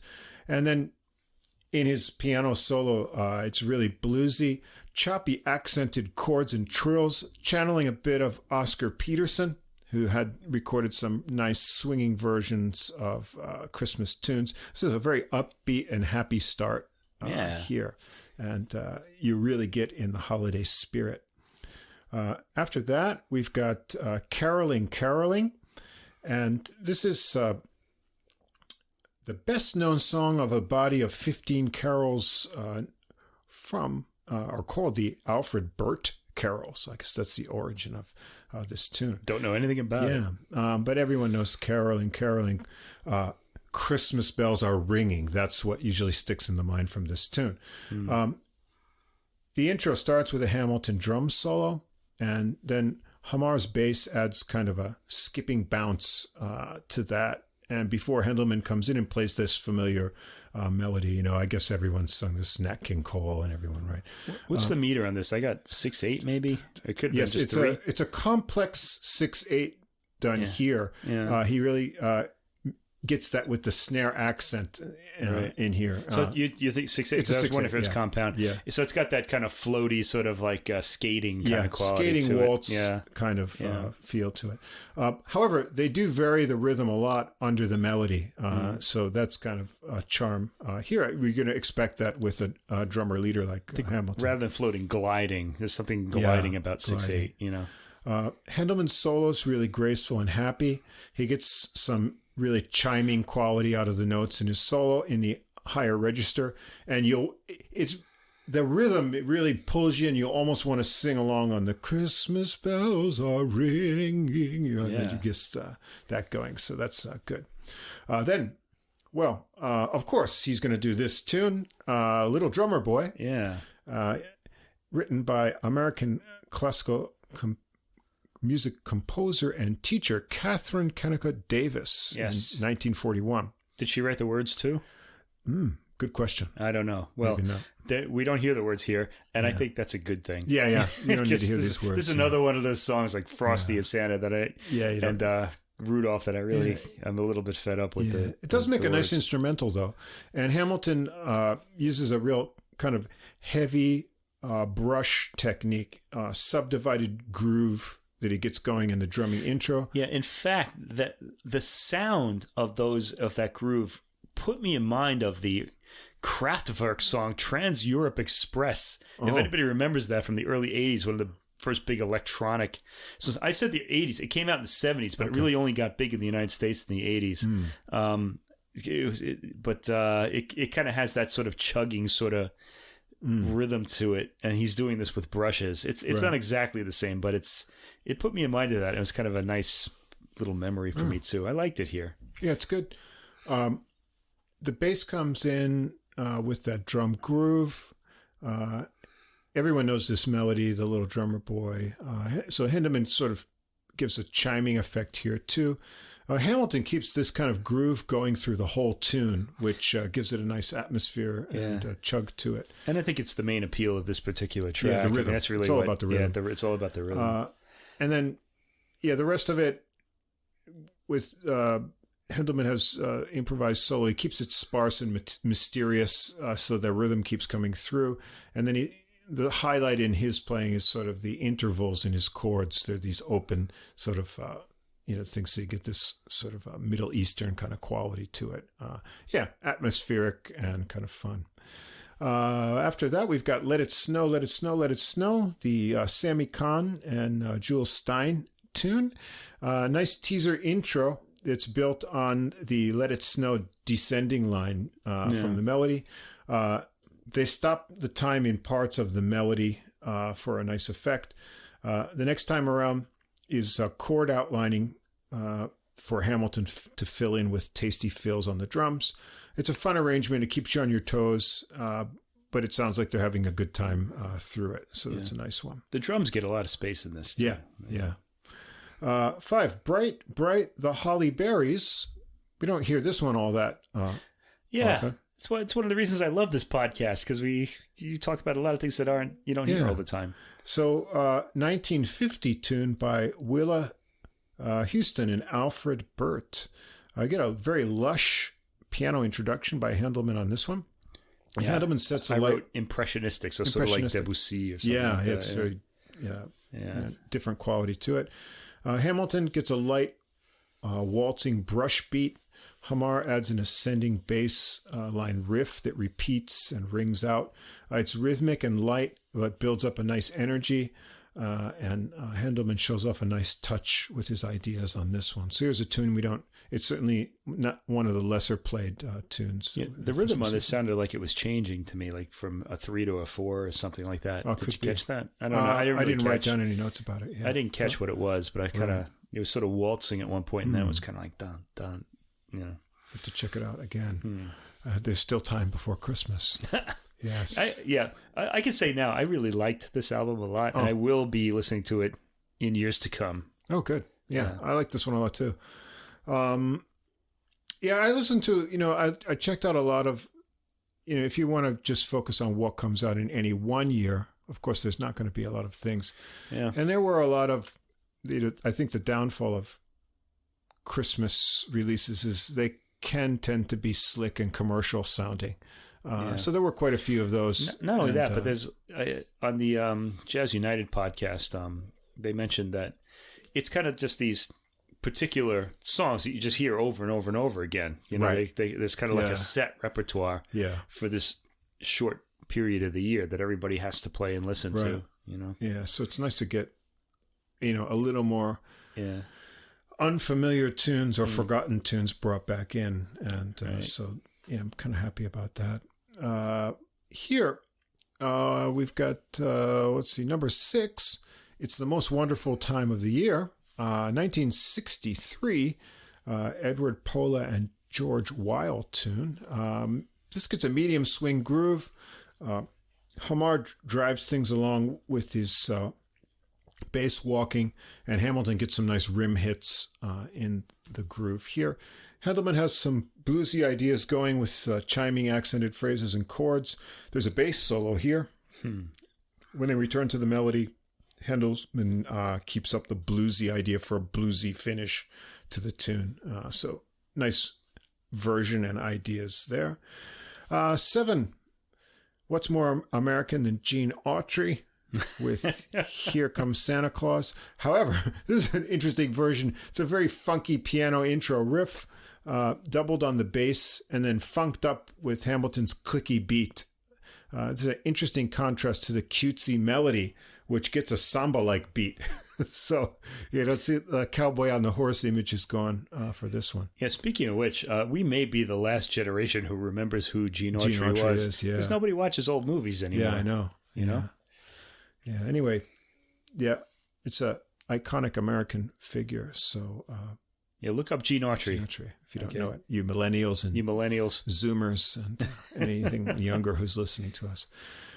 They keep up the samba for Handelman's solo here. He gives an inspired kind of Brazilian Santa entrance. I don't know what Santa wears in Brazil, but it's kind of cool. The riff comes back. I'm sure he wears scuba gear. Could be, yeah. The riff comes back in between the sections to give this one a lot of rhythmic variety, and Hamilton gets some spots to jam in it. So this is good fun, clever arrangement. Now, we've got maybe the most trite Christmas song of all time. Anyway, I'm sure there's worse ones than this, but this is a pretty bad one. But they redeem it and make it into something interesting. Santa Baby from 1953. This was written by Joan Javits and Philip Springer. The drum intro to a piano riff round before the melody that's in a medium swing. Handelman finds the blues in this one somehow. He's good at that. Swinging hard in his solo. He trades off phrases with Hamilton and Hamar. They made one of the goofier and trite Christmas tunes very cool, I wrote. So good job. Then we'll go traditional, number 9, with a tune we've already heard in this podcast so far, but O Tannenbaum. The traditional treatment comes in right on the melody, with Hamilton adding delicate drum work behind. It becomes a ballad, and Hamar gets a section of the melody on the bass, and then Handelman solos lightly. He focuses on touch, which is really nice. This is a really good piano player here, who's got a lot of different styles that he can evoke. And Hamar gets to bow the melody section the second time they trade off, which is nice. It stays close to the melody, and it's very nice. Nothing too adventurous on this one.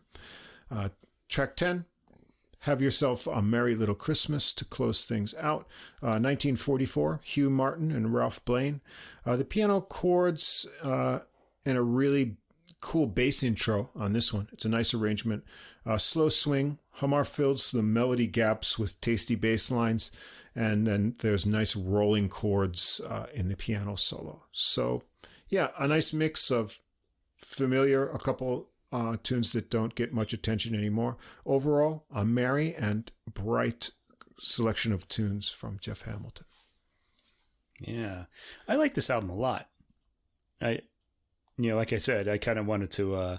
This will be on my my playlist for years to come. I like this kind of album in general, just these jazz. Yeah, because there's some unfamiliar tunes in here. There's some intriguing melodies and stuff like that.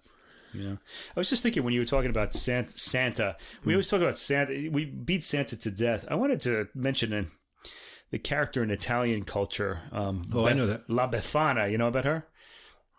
She's a witch.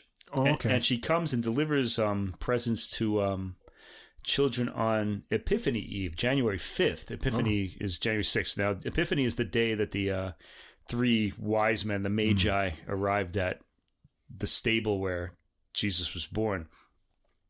And the thing about Befana is she's the same as Santa Claus. So she gives presents to children and leaves presents to children. But, she also sweeps the house before she leaves. That's the kind of Santa I like. That's the kind of Santa I want, too. I need someone sweeping my house. What's that all about? I wonder what she wears. Well, she's an old witch. Oh, okay. Sorry. All right. Nothing there for you. Erase that. Let me erase that image. She might have daughters, though, by this point. We'll have to see. Yeah. I don't know. Okay, well, we're going to go for Merry and Bright. And sort of the sort of tongue-in-cheek image that's brought up with this album would be the opposite, dark and dreary, but I don't believe it is. No, I don't think so either. Yeah, I know what you're going for here. Yeah, they sort of play that up in the publicity for it. But this is kind of a unique album. Christmas Came Early by the Oddgeir Berg Trio from Norway on Ozella Music. And so we've got Oddgeir Berg on piano, Carl Joachim Wiesloff on bass, and Lars Bernstein on drums. And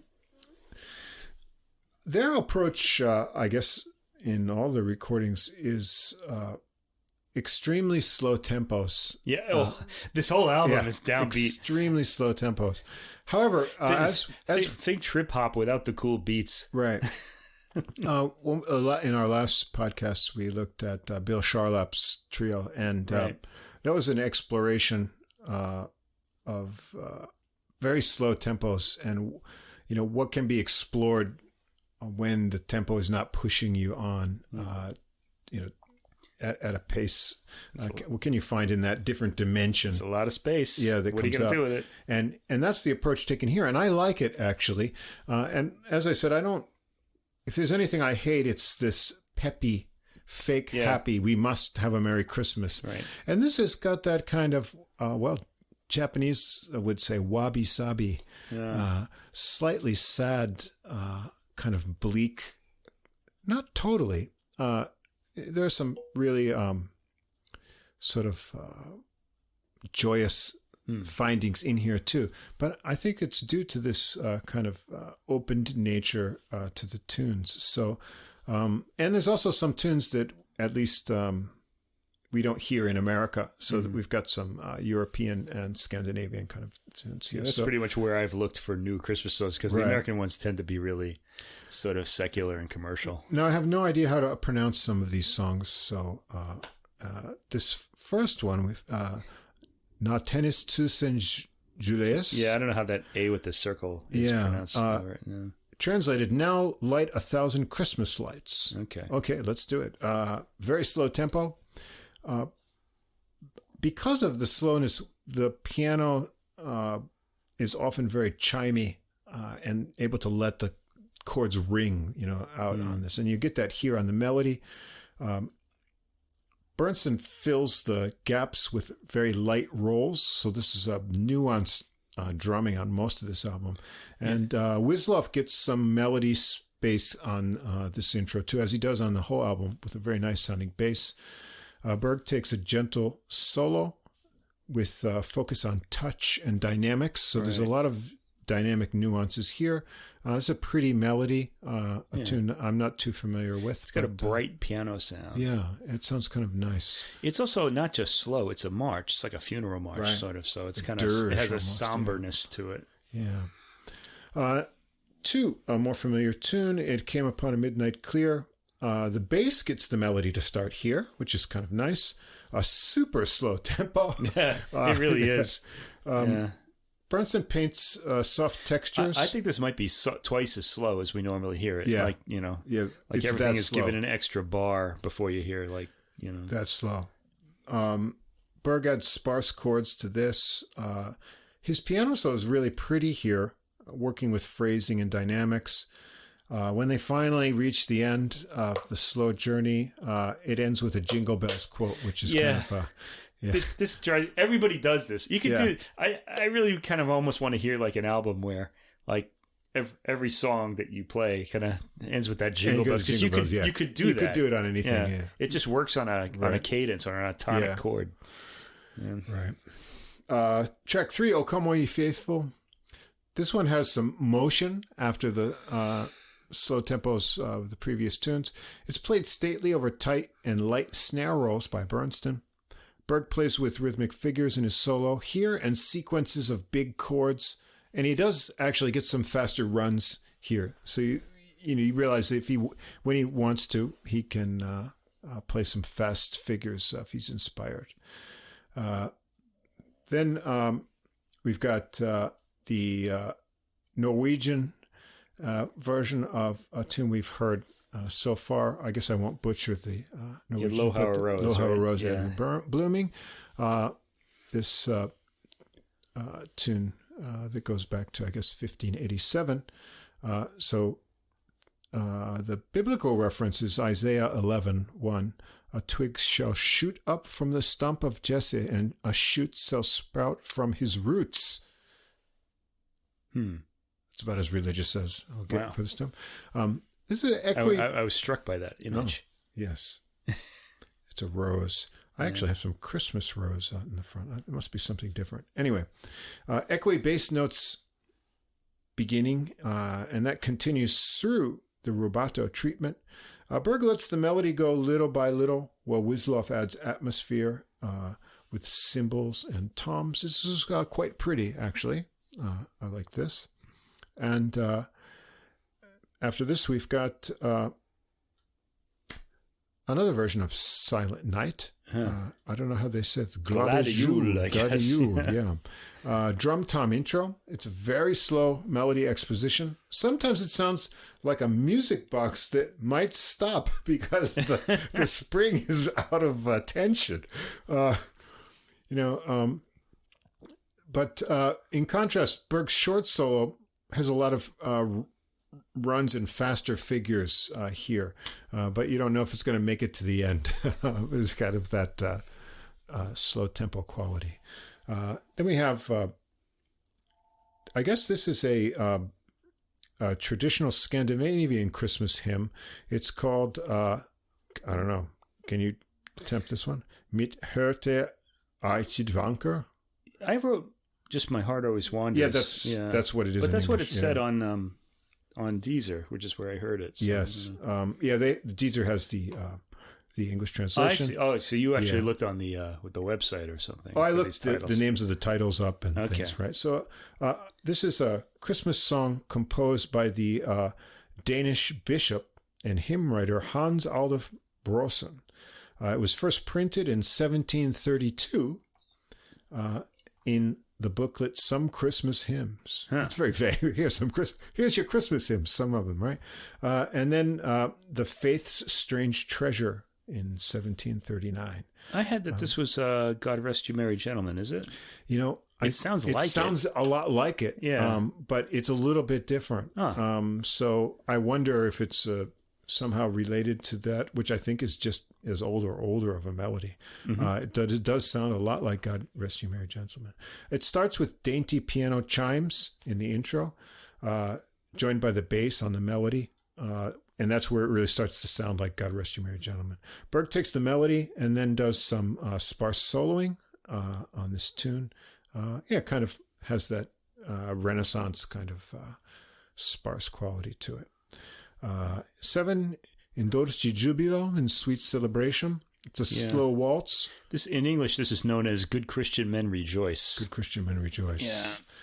Yeah. Slow waltz, pretty harmonies. Berg leaves lots of space here between his ideas. You have enough time to digest them. And the final tune, 8, this is Delicious is the Earth. Ah. Yeah. A Christian hymn. So I got the Norwegian for this one. Delig Jordan. Jordan, yeah. I guess German. Schonst der Herr Jesu. I don't know. I imagine this. It's a German hymn Okay. from Munster, 1677. Original, I guess under the title "Most Beautiful Lord Jesus." It's a mysterious drum intro. Berg again leaves big distances between chords and melody phrases. Wislov takes up to add bass notes and gets a very melodic and rich solo on bass. And Bernstein fills in the gaps with toms and cymbals. So this is something out of the ordinary. It certainly was. It's not upbeat at all, but this is like, in the Christmas season, there's bleak, dark, gray days when you might look out the window and you're not feeling, ho, ho, ho. Right. This is it's not happy or sad. It's just sort of contemplative. Yeah, there's nothing really bleak about it. It's just really slow. One of the things I wrote is that last week, whenever this was, when we talked about space in Bill Charlap, this isn't what we meant. Yeah. This is just really, really slow. Yeah. But I do think there's some of that space in here. Oh, absolutely. And I think it gives it gives Berg a lot of place to get nuance with touch and dynamics. The bass tone Wislov plays is really, really nice, I thought. I don't know if you want to listen to too much of music in this style, but it's kind of an interesting diversion from happy, peppy Christmas music. Yeah, exactly. This is an album. I was kind of happy to hear it, but I don't see this kind of being on my Christmas list in years to come. Yeah. I was kind of intrigued by it though.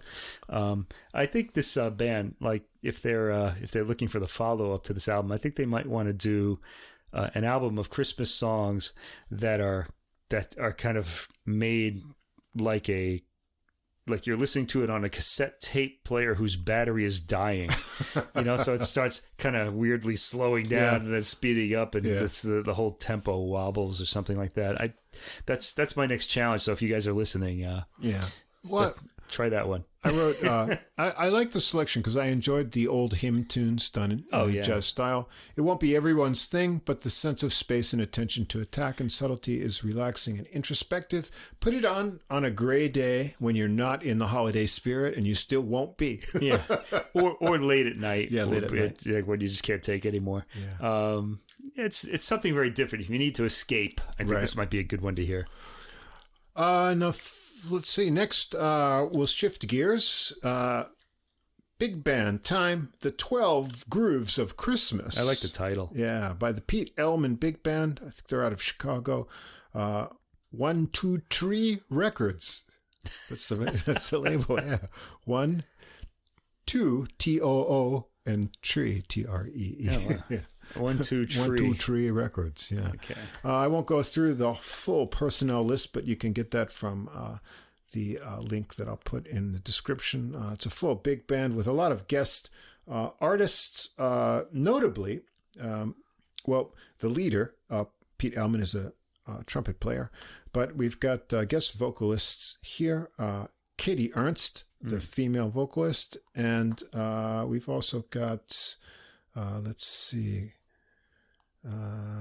There's a choir here too, or singers, isn't there? Yes, the Young Naperville Singers. I think they're just on one track, and Kurt Elling, male vocal, to round things out. And we've got an interesting selection of tunes and arrangements. Arrangements, this is really an album of great arrangements. This is what this one is all about. So we start out, number 1, Mr. Santa. This is a fast swing with a piano solo intro. The full band swings in to the vocal by Katie Ernst.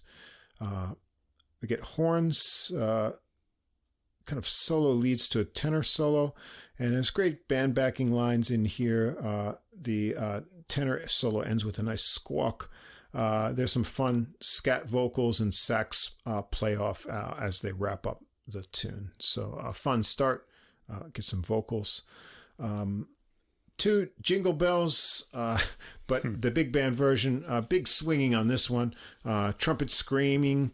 After the intro, the melody starts in the trombones, gets passed around. There's good attention to dynamics. They bring it way down till the saxes swoop back in. There's a relaxed tenor solo, trumpet solo with muted plunger mute here, big swinging band unison solo, and some huge trumpet screams to the end. Yes, so, not as annoying as this song usually is. Yeah, so it's a big band swinging version of Jingle Bells.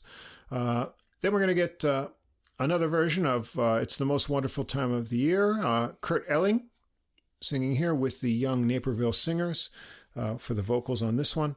A really nice breathy Barry sax solo on this one, trombone solo. After the vocals come back in, they modulate up to give a final lift to the end of the melody, and sort of requisite chorusy giggles at the end of the tune. I'm generally a fan of Kurt Elling, so I was kind of happy to hear him. But then when that baritone solo started, the baritone sax solo, my ears just perked up like one of those dogs, like, who? I did one of those.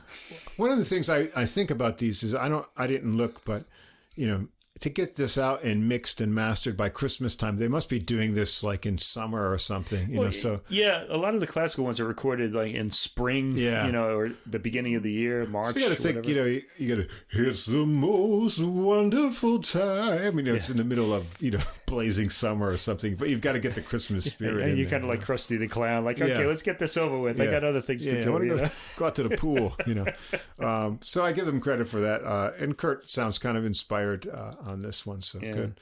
4, Oh Little Town, the trumpets bring in the melody. We add some brass and saxes, and then it becomes a bossa nova. That was weird. That picked me. That kind of caught me by surprise as well. There's a very well articulated trombone solo and alto sax solo. After the full band takes it over for some Latin fun to the end, a very nice arrangement. Now they're going to get... This is where the album gets awesome. Yeah, this is where we're going to get to some interesting things. Mac the Halls. Yeah, great title, first of all. Katie Ernst is back for vocals, and so this is Deck the Halls to the tune of Mac the Knife. There aren't enough lyrics. Wait, can we just stop and think about that for a minute before Let's think about talking about it? Yeah. Deck the Halls to the melody of Mac the Knife, like, oh, the shark has that one, Yeah, Bobby Darin. Yeah, Bobby Darin and Louis Armstrong. And Ella Fitzgerald, of course. Yeah. Written by Kurt Weill and Bertolt Brecht. Yes. All right, there we go. We're finished thinking. Let's go. Should be in German. Yeah, anyway. And now try to do this to yourself, and you'll quickly realize there aren't really enough lyrics to fit the phrases. But what we do have from Deck the Halls is that fa la la la la stanza or kind of refrain. So when the words run out, she fills in with fa la la. Yeah, it's just really awesome. It's really creative. Fa la la on Mac the Knife. Yeah, it's fantastic. In contrast to the swinging thing, there's a tenor sax solo that's actually more like R&B style in there also. And then the whole band cranks it up, swinging for the final verse behind Ernst. Yeah. So, and during the solos, they actually use the Deck the Halls melody to solo over. Right. So you actually do get both both tunes in there. Yeah, very unique. Must hear, everybody. Yeah. Check this one out. Interesting arrangement. All right, now we get to Gesù Bambino. This is the Yon tune. Okay, Gesù Bambino that got messed up on the Martin Stadtfeld album. So here, Gesù Bambino, another, I guess a Brazilian Jesus, because he gets a samba feel on this one. And so you got, this is interesting. It's a tune that combines Away in the Manger with Adeste Fidelis. Yeah. So you're going to get, two tunes for the price of one. There's another trombone solo, leads into a cool wind soli, the sectional solo, and then they crank it up with the rhythm section when it comes back in. Next, this is a tune that should have been done more often by jazz bands. This is my favorite one. Yeah. You're a mean one, Mr. Grinch. Yes, you all remember from my childhoods if you're our age. Dr. Seuss. Yeah. And, of course, it's a feature for bass trombone and bari sax. And so those two instruments swap off the melody. We get dirty solos from each one with band backing and cool band hits on the repeat of the solo sections. When the band swings out the melody, there's also two plunger muted trumpet cadenzas before the ending. This is just great. This is fantastic, and especially if you love like reed instruments like me. Saxophone's a reed instrument. This is a baritone sax, and he really honks out those really low sounds. Like it's very fantastic. Low. And I mean, if you grew up watching those specials, that melody's permanently in your head, and it always deserved this kind of jazzy arrangement. Yeah, it should. So. This is another tune. This is a tune that should be covered more often. Yeah. So that's really cool. Next, Silver Bells, but it's actually Bossa Bells. It's a bossa nova with vibraphone that's in there, and at least in the beginning you hear it, and sleigh bells. The melody is taken by the trumpet. Maybe that's the band leader himself here. There's a piano and a tenor solo that give breezy solos here, as well as the trumpet. Yeah, just a cool idea. A tropical Christmas kind of idea, which works out pretty well. Right. 9, O Schwingenbaum. So, O Christmas tree with, swing. Starts out swinging with a walking bass line. Trombones. Actually, this starts with that like detective movie hi-hat, like the... That's it. Yeah. I don't know. There's got to be a name for that sort of rhythm. I don't know. Swing. It's a swinging swing. And the trombones get the melody first, and they swing it out. Tenor sax solos and trumpet on this one.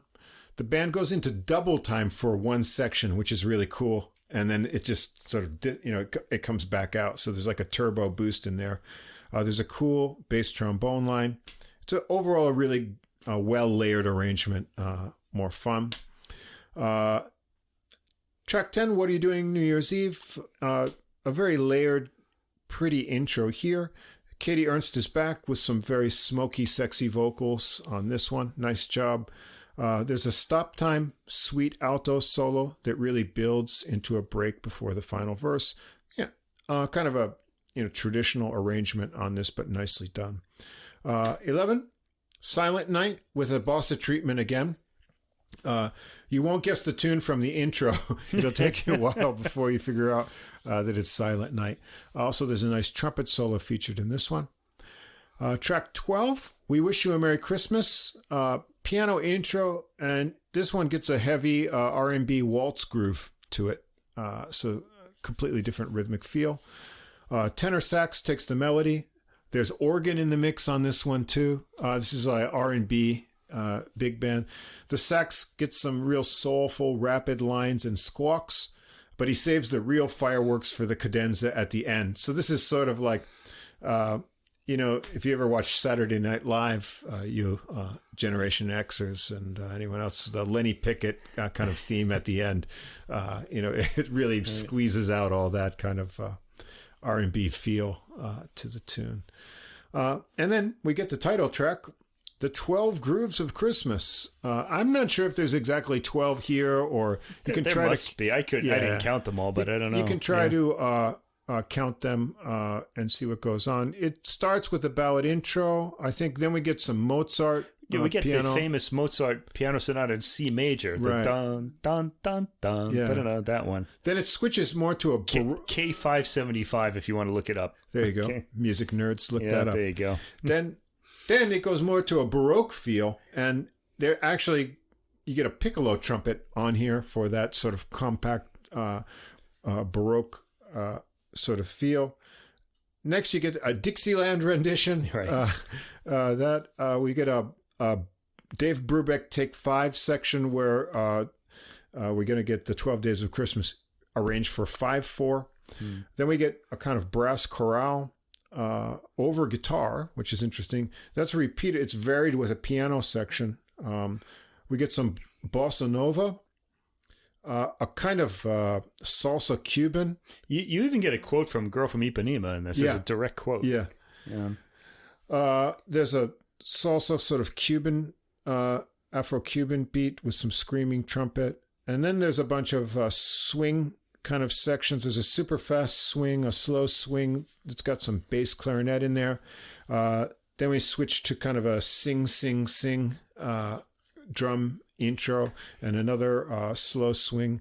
I guess there's at least 12 different grooves here. There's like a surf kind of like beat on the toms kind of, I thought that I saw that as I don't know. I saw that as the sing, sing, sing. Oh, is that what you thought that was? Yeah, but I'm not sure. Yeah. Anyway, they mix up. Each day of Christmas, the same melody gets all these different. And I got to tell you, this is a lot more interesting than the original song. Have you ever thought of this?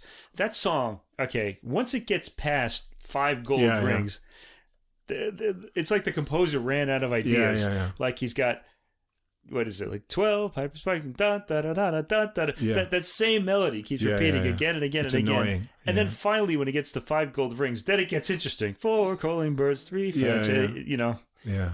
I feel like he gave us half a song. What is that? He ran out of ideas and just said, he just keeps repeating just do them. this. Yeah. Yeah. And maybe this wasn't a good idea. Yeah. He said as he wrote the text for the 7th day of Christmas, Yeah. It sort of starts to annoy you after a while. Yeah. Especially after you heard it once. Is the record stuck? What am I hearing here? Yeah. Yeah, I know, but that really doesn't relate to this particular version of the song, which I think was very interesting. Yeah, here we are on a really cool version of it here. That each groove is different this time, so you don't get that.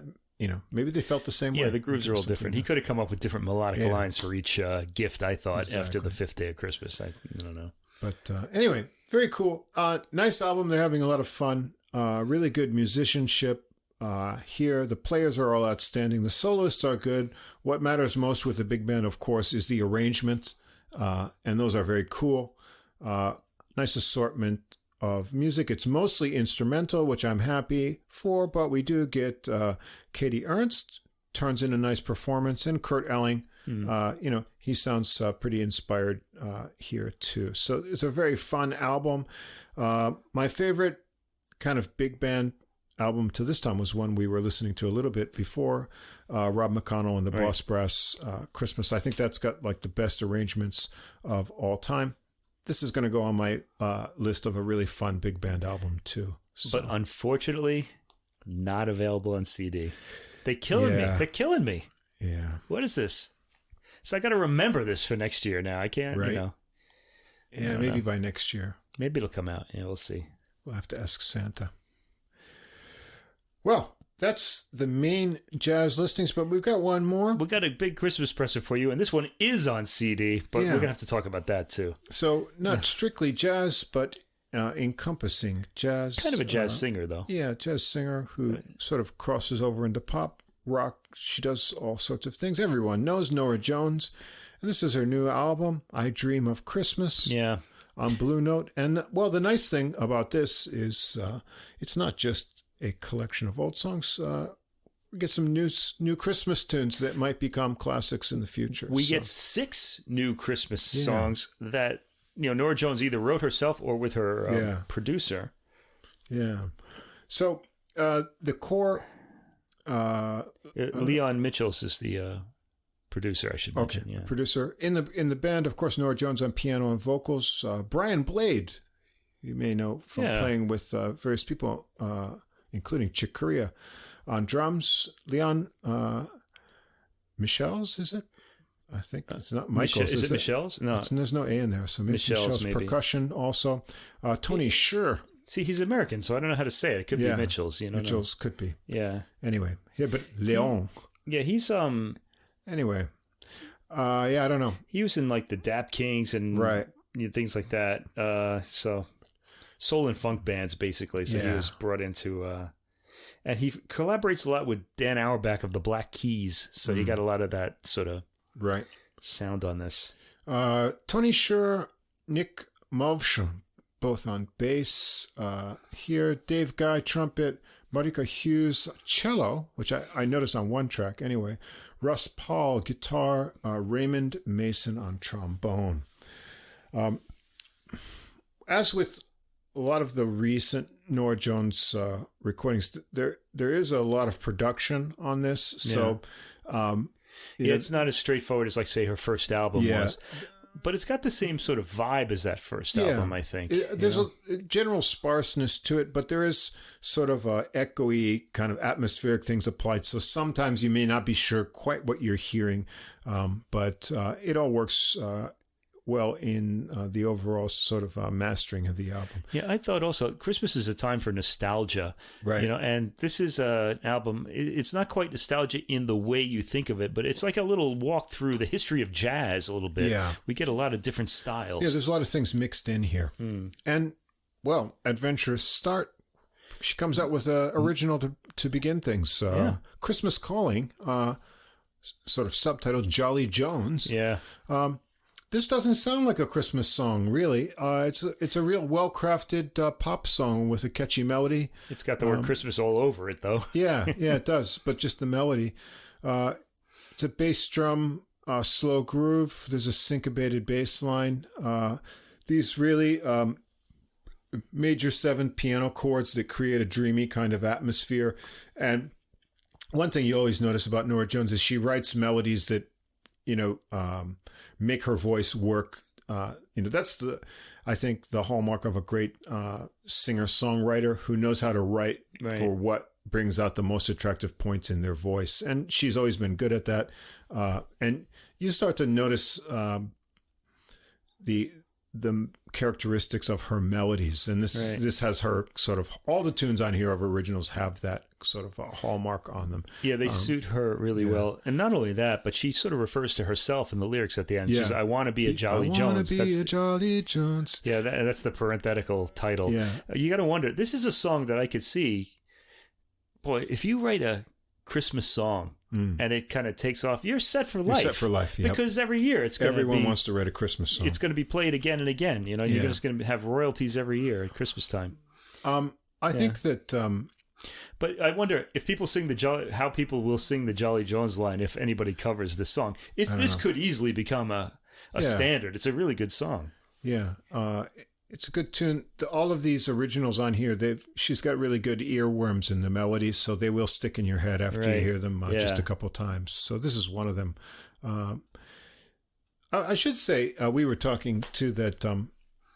If you look on Amazon or some other places, some people really dumped on this for not being peppy. They didn't use the word peppy, but that's how I interpret it. Well, one I read, the comment title was, Where's the Joy? Where's the Joy? Yeah. And I kind of like it because it's got that balanced sort of, there's some very happy tunes, there's some melancholy things. I think, But, songs like... Have Yourself a Merry Little Christmas it's got a joyous theme, but it doesn't sound joyous. I think but once you become an adult, Christmas is it's a mixture of happy and sad memories of those who have gone beyond, and you may look forward to Christmas in some ways. Certainly, you don't like spending all the money on presents, and then there's the relatives. Uncle Harry is dead, and Grandma isn't going to make lasagna anymore, and you don't have to buy presents for them anymore, but they're not there. Yeah. And that's kind of sad, too. So Christmas shouldn't be only peppy. You're not eating Grandma's lasagna anymore either. Yeah, you got to... What is that? Yeah, you got to buy a TV dinner and cook it for yourself. So there you go. Well, in Japan, we need to do that. Yeah. Actually, everything is open on Christmas Day here because it's not really a holiday. It's not a holiday. Just go to work anyway. And we have to. Well, we don't have to work this year, but sometimes we do. It's horrible. Now, on that theme, track 2, she actually unpeps this tune. So originally sung by the Chipmunks. Yes, Alvin, Simon, and Theodore. Yeah. I had this record Christmas when I was a kid. Don't Be Late, yeah. So this was sung by guys, I guess, who sped up their voices and sounded like chipmunks. And so it was a novelty tune. When what she succeeds in here is pulling the novelty out of that tune and making it, it's sung slow, straight, with no sort of hint of novelty. There's some swinging background horns, kind of like a Dixieland style almost here, so you get that jazz influence. Not only that, she's got this like, it's a song that's got this eager sort of innocence to it. Yeah. And she makes it sound like really sleazy New Orleans kind of. It's got the New Orleans bar vibe. kind of. The piano is very echoey here. That's the kind of heavy-handed production. It works, though. And, where the Chipmunks would just, ring out the line, I really want a hula hoop. Yeah, it was just sort of like this, kind of high-pitched voice. The way she sings it, she wrings the emotion out of it. Yeah. And it's like you really want to give her a hula hoop when you hear this. Here's the thing. She's been wanting that hula hoop apparently for 50 years because it's been out of style for that long. Hula hoop. She sings it very convincingly. You kind of get the impression that when she was a kid in the 60s, she wanted the hula hoop and she still hasn't gotten it. I don't know. It's got that kind of vibe to it. It's charming. Very nice version of it. Not only that, Norah Jones has a real sense of irony, at least in these tunes, and I think we're hearing a lot of that here. This is generally thought of as a cheerful song, and here it just kind of feels really like boozy. Yeah, it's good. It's boozy and fun, but she sounds earnest in these goofy lines. You really think she wants a hula hoop. It sounds good. Yeah, you can tell the exact year this tune was written, can't you? Just from that one line. God. After this, another original, and this one will stick in your head too. Christmas Glow, good song. It's got echoey drums and a very plunky sounding piano. It's but it's got this kind of da da da da da da da da da. It's very Norah Jonesy style vocal melody, and what she does on here that's kind of cool. With these alternating phrases, the end of the line, it's sort of like oh oh oh oh oh ho. Yeah, she gets the ho ho in the end of the line. That made me smile. Yeah, it's cute, but it's fun. It's a real earworm tune. This one I think will get played. Not only that, she accompanies with an electric bell type keyboard intro, and it kind of has like a close to a steel drum sound. And steel drums put me in mind of the tropics, right? And so here we're talking about Christmas with these almost like hot weather tropical sounds. It's too. Yeah. Anyway, we'll get to this later. Yeah. She does this. There's another tune with that on it too. Another tune with this, but we'll get to that. 4, we're going to go traditional with White Christmas, Irving Berlin. This is like a Jingle Bell like piano intro, but it gets into swing. Here she's back to a more traditional sound of a jazz trio. Very smoky vocal on this one. She takes a piano solo here. She has a little more fun on the verses when she comes back, and she stylizes it herself a little bit. One of the things she does, instead of doing the "May your days" like Bing Crosby, she's like got a may your days be your days," and she repeats that. So she's having a little more fun with it. It's I personally think that around the 2-minute mark there's a sly reference to Elvis's version of this song when she goes I'm dreaming, because Elvis famously did that on a version of the song that Irving Berlin absolutely hated. But this tune can be too schmaltzy. Schmaltzy is a good word. Hey, schmaltzy. Give me a C. About a C. It has that. Take my wife, please. Yeah. This is what has the potential to go into schmaltziness. The other, I guess those are the two dangerous dimensions of Christmas. Peppy, schmaltzy. We don't want it. We don't want those. We don't want schmaltzy either. By the way, Jingle Bells makes an appearance at the end of White Christmas too. God, why do they do that? That shouldn't be allowed anymore. We're gonna get another original after that, Christmas Time. This one's co-written with the producer Leon Michels. Or Michels. Slow gospel-y feel, bluesy, smoky vocals, and there's also a lot of background female vocals here. I don't know if that's her overdubbing, because it sounded like her voice to me. So I think she's overdubbed herself into a choir. And this is herself. This kind of bluesy, smoky quality of her voice, which has improved with age, I should say. She sounds great. This is her at her best, I thought, with her voice, because she's grown into her voice. It has a little bit more of a worldly smokiness to it. I liked it a lot. Track 6, Blue Christmas. Everyone knows this one. This also seemed like a nod to Elvis to me. Yeah, nod to Elvis. Yeah. Jazz trio style, bluesy. The horns join in. She gets a piano solo here. A little bit choppy in the chords. Yeah, it's Blue Christmas. She does a good job on it. Another original tune after that. It's Only Christmas Once a Year. It's vocals and high echoey piano line in this one. And interesting into the vocal interlude between the verses is a cello line, which works nice with sort of vocalizations in there. It's a very minimal kind of arrangement, but it suits her voice really well. As I said, I think, she's been around long enough and she has experience with writing. She knows how to write a song that her voice will just present in its best melodic characteristics. Right. Incidentally, I said that I can hear that song, It's Only Christmas Once a Year, being interpreted in other ways. So it could become a standard as well. Sure. Who knows? And then another original tune after that, You're Not Alone. This is nice. I really liked this tune. It's a country gospel kind of song. Yeah, and I think Mitchell's, he's the Leon Michels. He's the producer and also co-writer of the song, and I really think he was brought on board to capture that sort of vibe, the soul kind of vibe that are on all the songs that he seems to be co-writing. And this one, you get some nice steel guitar. This one, you got a contemporary song that mentions Jesus. So how about that? How about that? Well, Kanye West did it. Yeah, well, too, but this one, it's got a great line. Jesus was born on Christmas Day. Very catchy. It's really fantastic. And gave us his love to make our own way. That's a great line. Nice lyrics. Yeah. Very bluesy, country feel with the steel guitar. This is a great original tune. Yeah. Nice message. You're not going to get a much better new Christmas tune that also carries traditional elements into the religious like meaning that behind Christmas. Yeah, it's nice. Then we've got number 9, Winter Wonderland. This is the tune I was talking about. Yeah, the before. steel drummy keyboard sound. 1934, Felix Bernard and Richard Bernard Smith.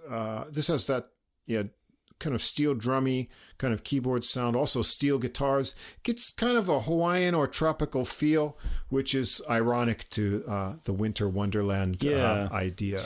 Not only that, the song is slower than usual, so almost like it's like too hot to really play it too fast. It's like I gotta open my mouth to sing this song. Oh, it's too hot. Just want to lay down. Yeah, it's got that kind of hot weather vibe to it, so it's a little ironic. Yeah. Let's say 10. Another original, A Holiday with You. Yeah, which asks you the existential questions. I wrote the from same Norah thing Jones. you're going to say right now. Would you like to spend Christmas with me? Would you like to sit under my tree? To both of which I reply a resounding yes. Yes, please. Yes, please. Ms. Yes. Jones. Yes. This one has. I think we could make her a Jolly Jones, don't you? Well, my wife doesn't listen to this podcast. I didn't mean it that way. Yeah, okay. Stop it. Oh, stop it. Sorry. She might listen, She might. Yeah. Electric piano, I think, on this one. Nice swooping vocal line. I like it. Yeah. All these original tunes. Nobody does all this. All of them were good, yeah, too. They're all really good. Track 11, Run, Rudolph, Run, Chuck Berry. It's done in an original kind of way that the laid back and cool. Yeah, piano riff and a different beat from the original one. And I like they do, I don't know if it's a second or third voice about the guitar for the boy. But all they want for Christmas is a rock and roll electric guitar. It doesn't sound that way from the way the song is played. But when they do that, it's just voice and drums, so everything else drops out. So you get that kind of stop time feel. Right. There's also a little bit of organ in the background. Yeah. It's faint, but if you listen for it, you can hear it. That's cool. After that, we get one of the most gorgeous Christmas tunes of all time. Yeah, this is so good. By Vince Guaraldi and Lee Mendelssohn. Just beautiful harmonies in this tune. Of course, from Charlie Brown Christmas. Christmas Time is Here. 1965. And Norah Jones knows this is a gorgeous tune and doesn't need too much done with it. So it gets a nice, slow, respectful treatment in a piano trio. One thing that's added that's nice is some flute. It's subtle.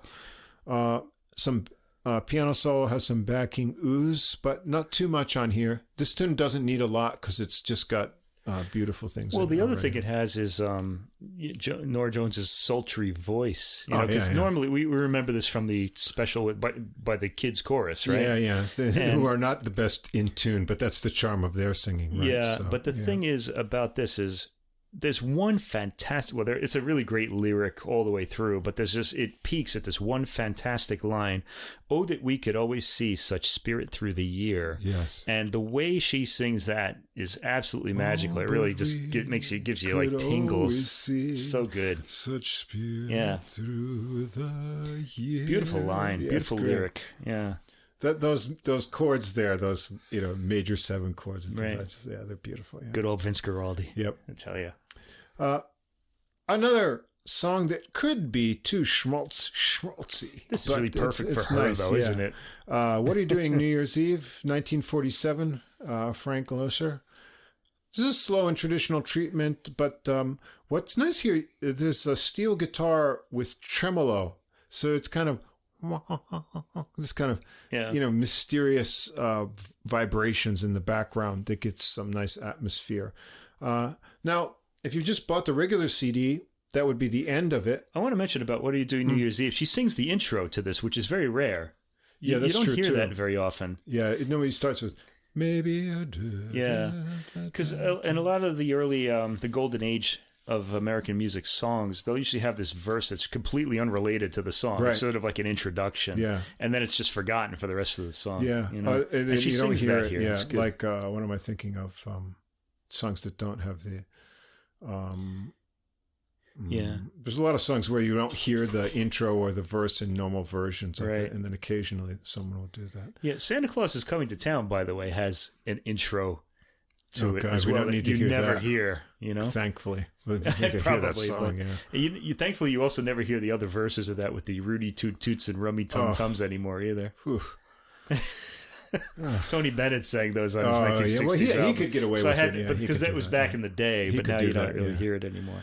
Now, that would be the end of the regular album. But this drives me crazy what you're going to say now. Oh, yeah. Because I have the CD. This is the end of the CD. Yeah. And now 13 tracks. It said, when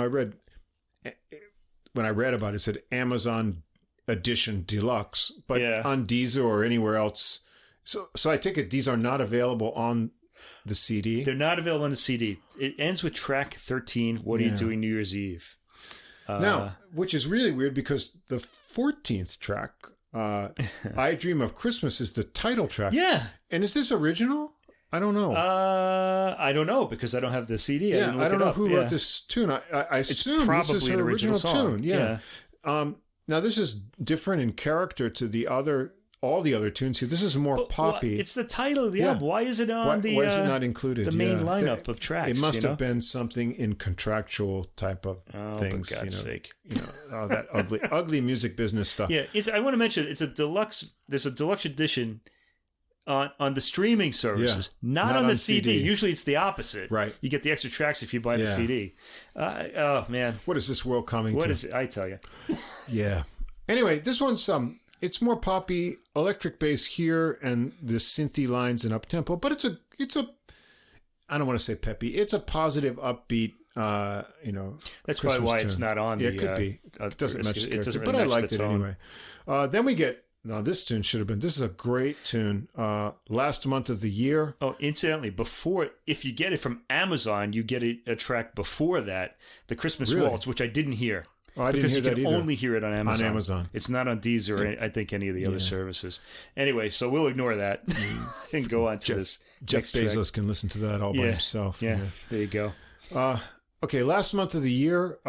This is a tune by Vera Hall, Alan Lomax, Ruby Pickens Tart. This is bluesy spiritual tune. Yeah. It was recorded by the Kingston Trio, 1960. The Staple Singers, Blind Boys of Alabama do a great version of it. Tell Me When Was Jesus Born? It was the last month of the year. She gets the right spirit here. Yeah. Nice slinky piano playing to match it. It's really good. Even if you have the CD, get on streaming, you want to hear this one. Yeah, this was good. Yeah. Or just go to your local coffee shop because it's probably playing there right now. Yeah. I'll get into that in a moment.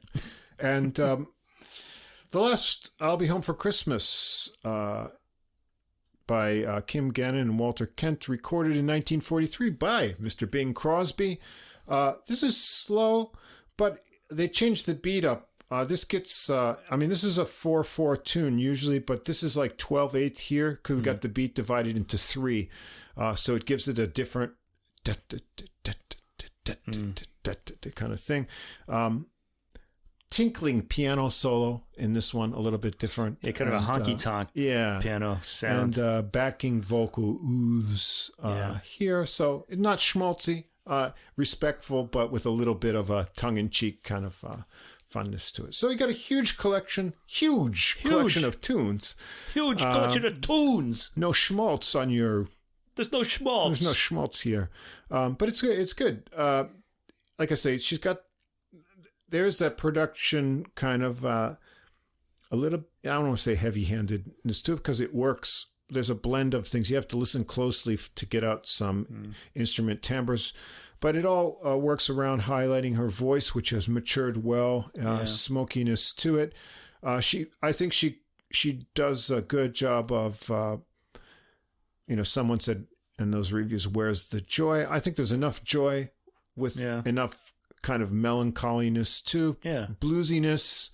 It's just not peppy joy. That's all. Yeah. I liked the sort of emotional palette of this album. I like the styles of different jazz that are brought in. There's enough. It's not like Christmas at Mary Lou Retton's house. Oh gosh, no. I would probably taken that would be exhausting. I would have taken the steak knife and jabbed it into someone's heart by the end of the meal. So.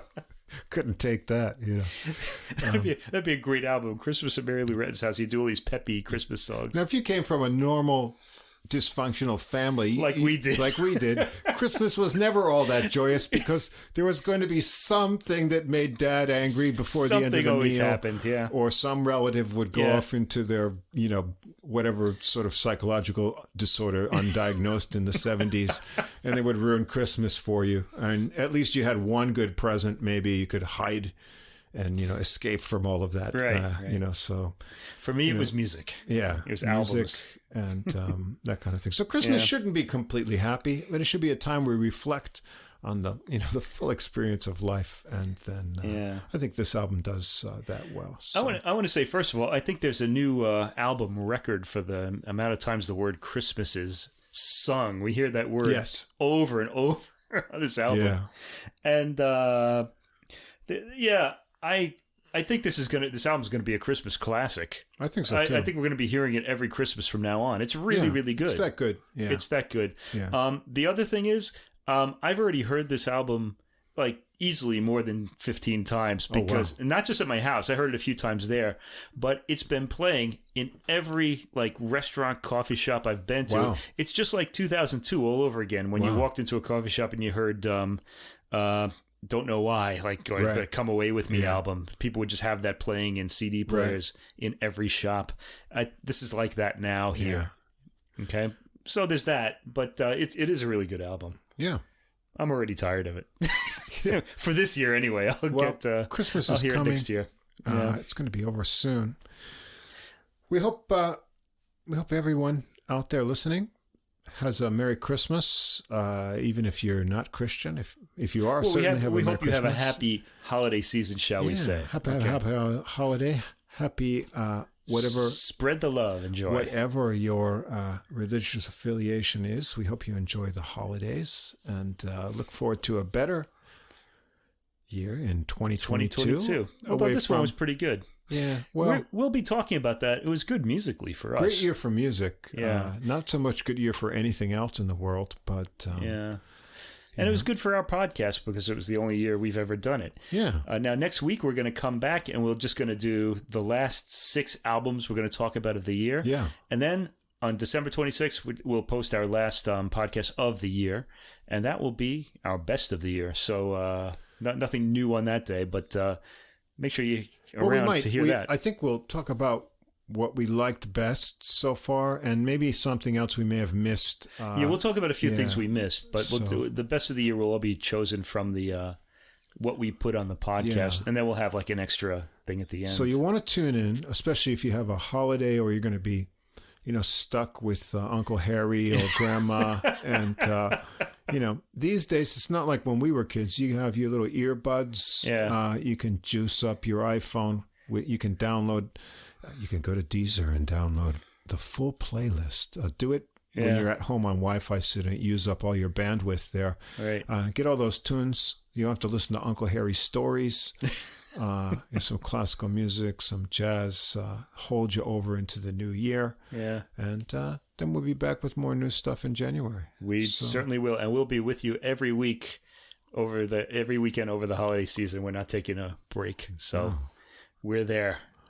Anyway, happy holidays to everyone out there. Holidays. Merry Christmas to those who celebrate that. And we've got, one more before Christmas anyway, but this gives you the music to get you through. Yeah. As always, thank you for listening.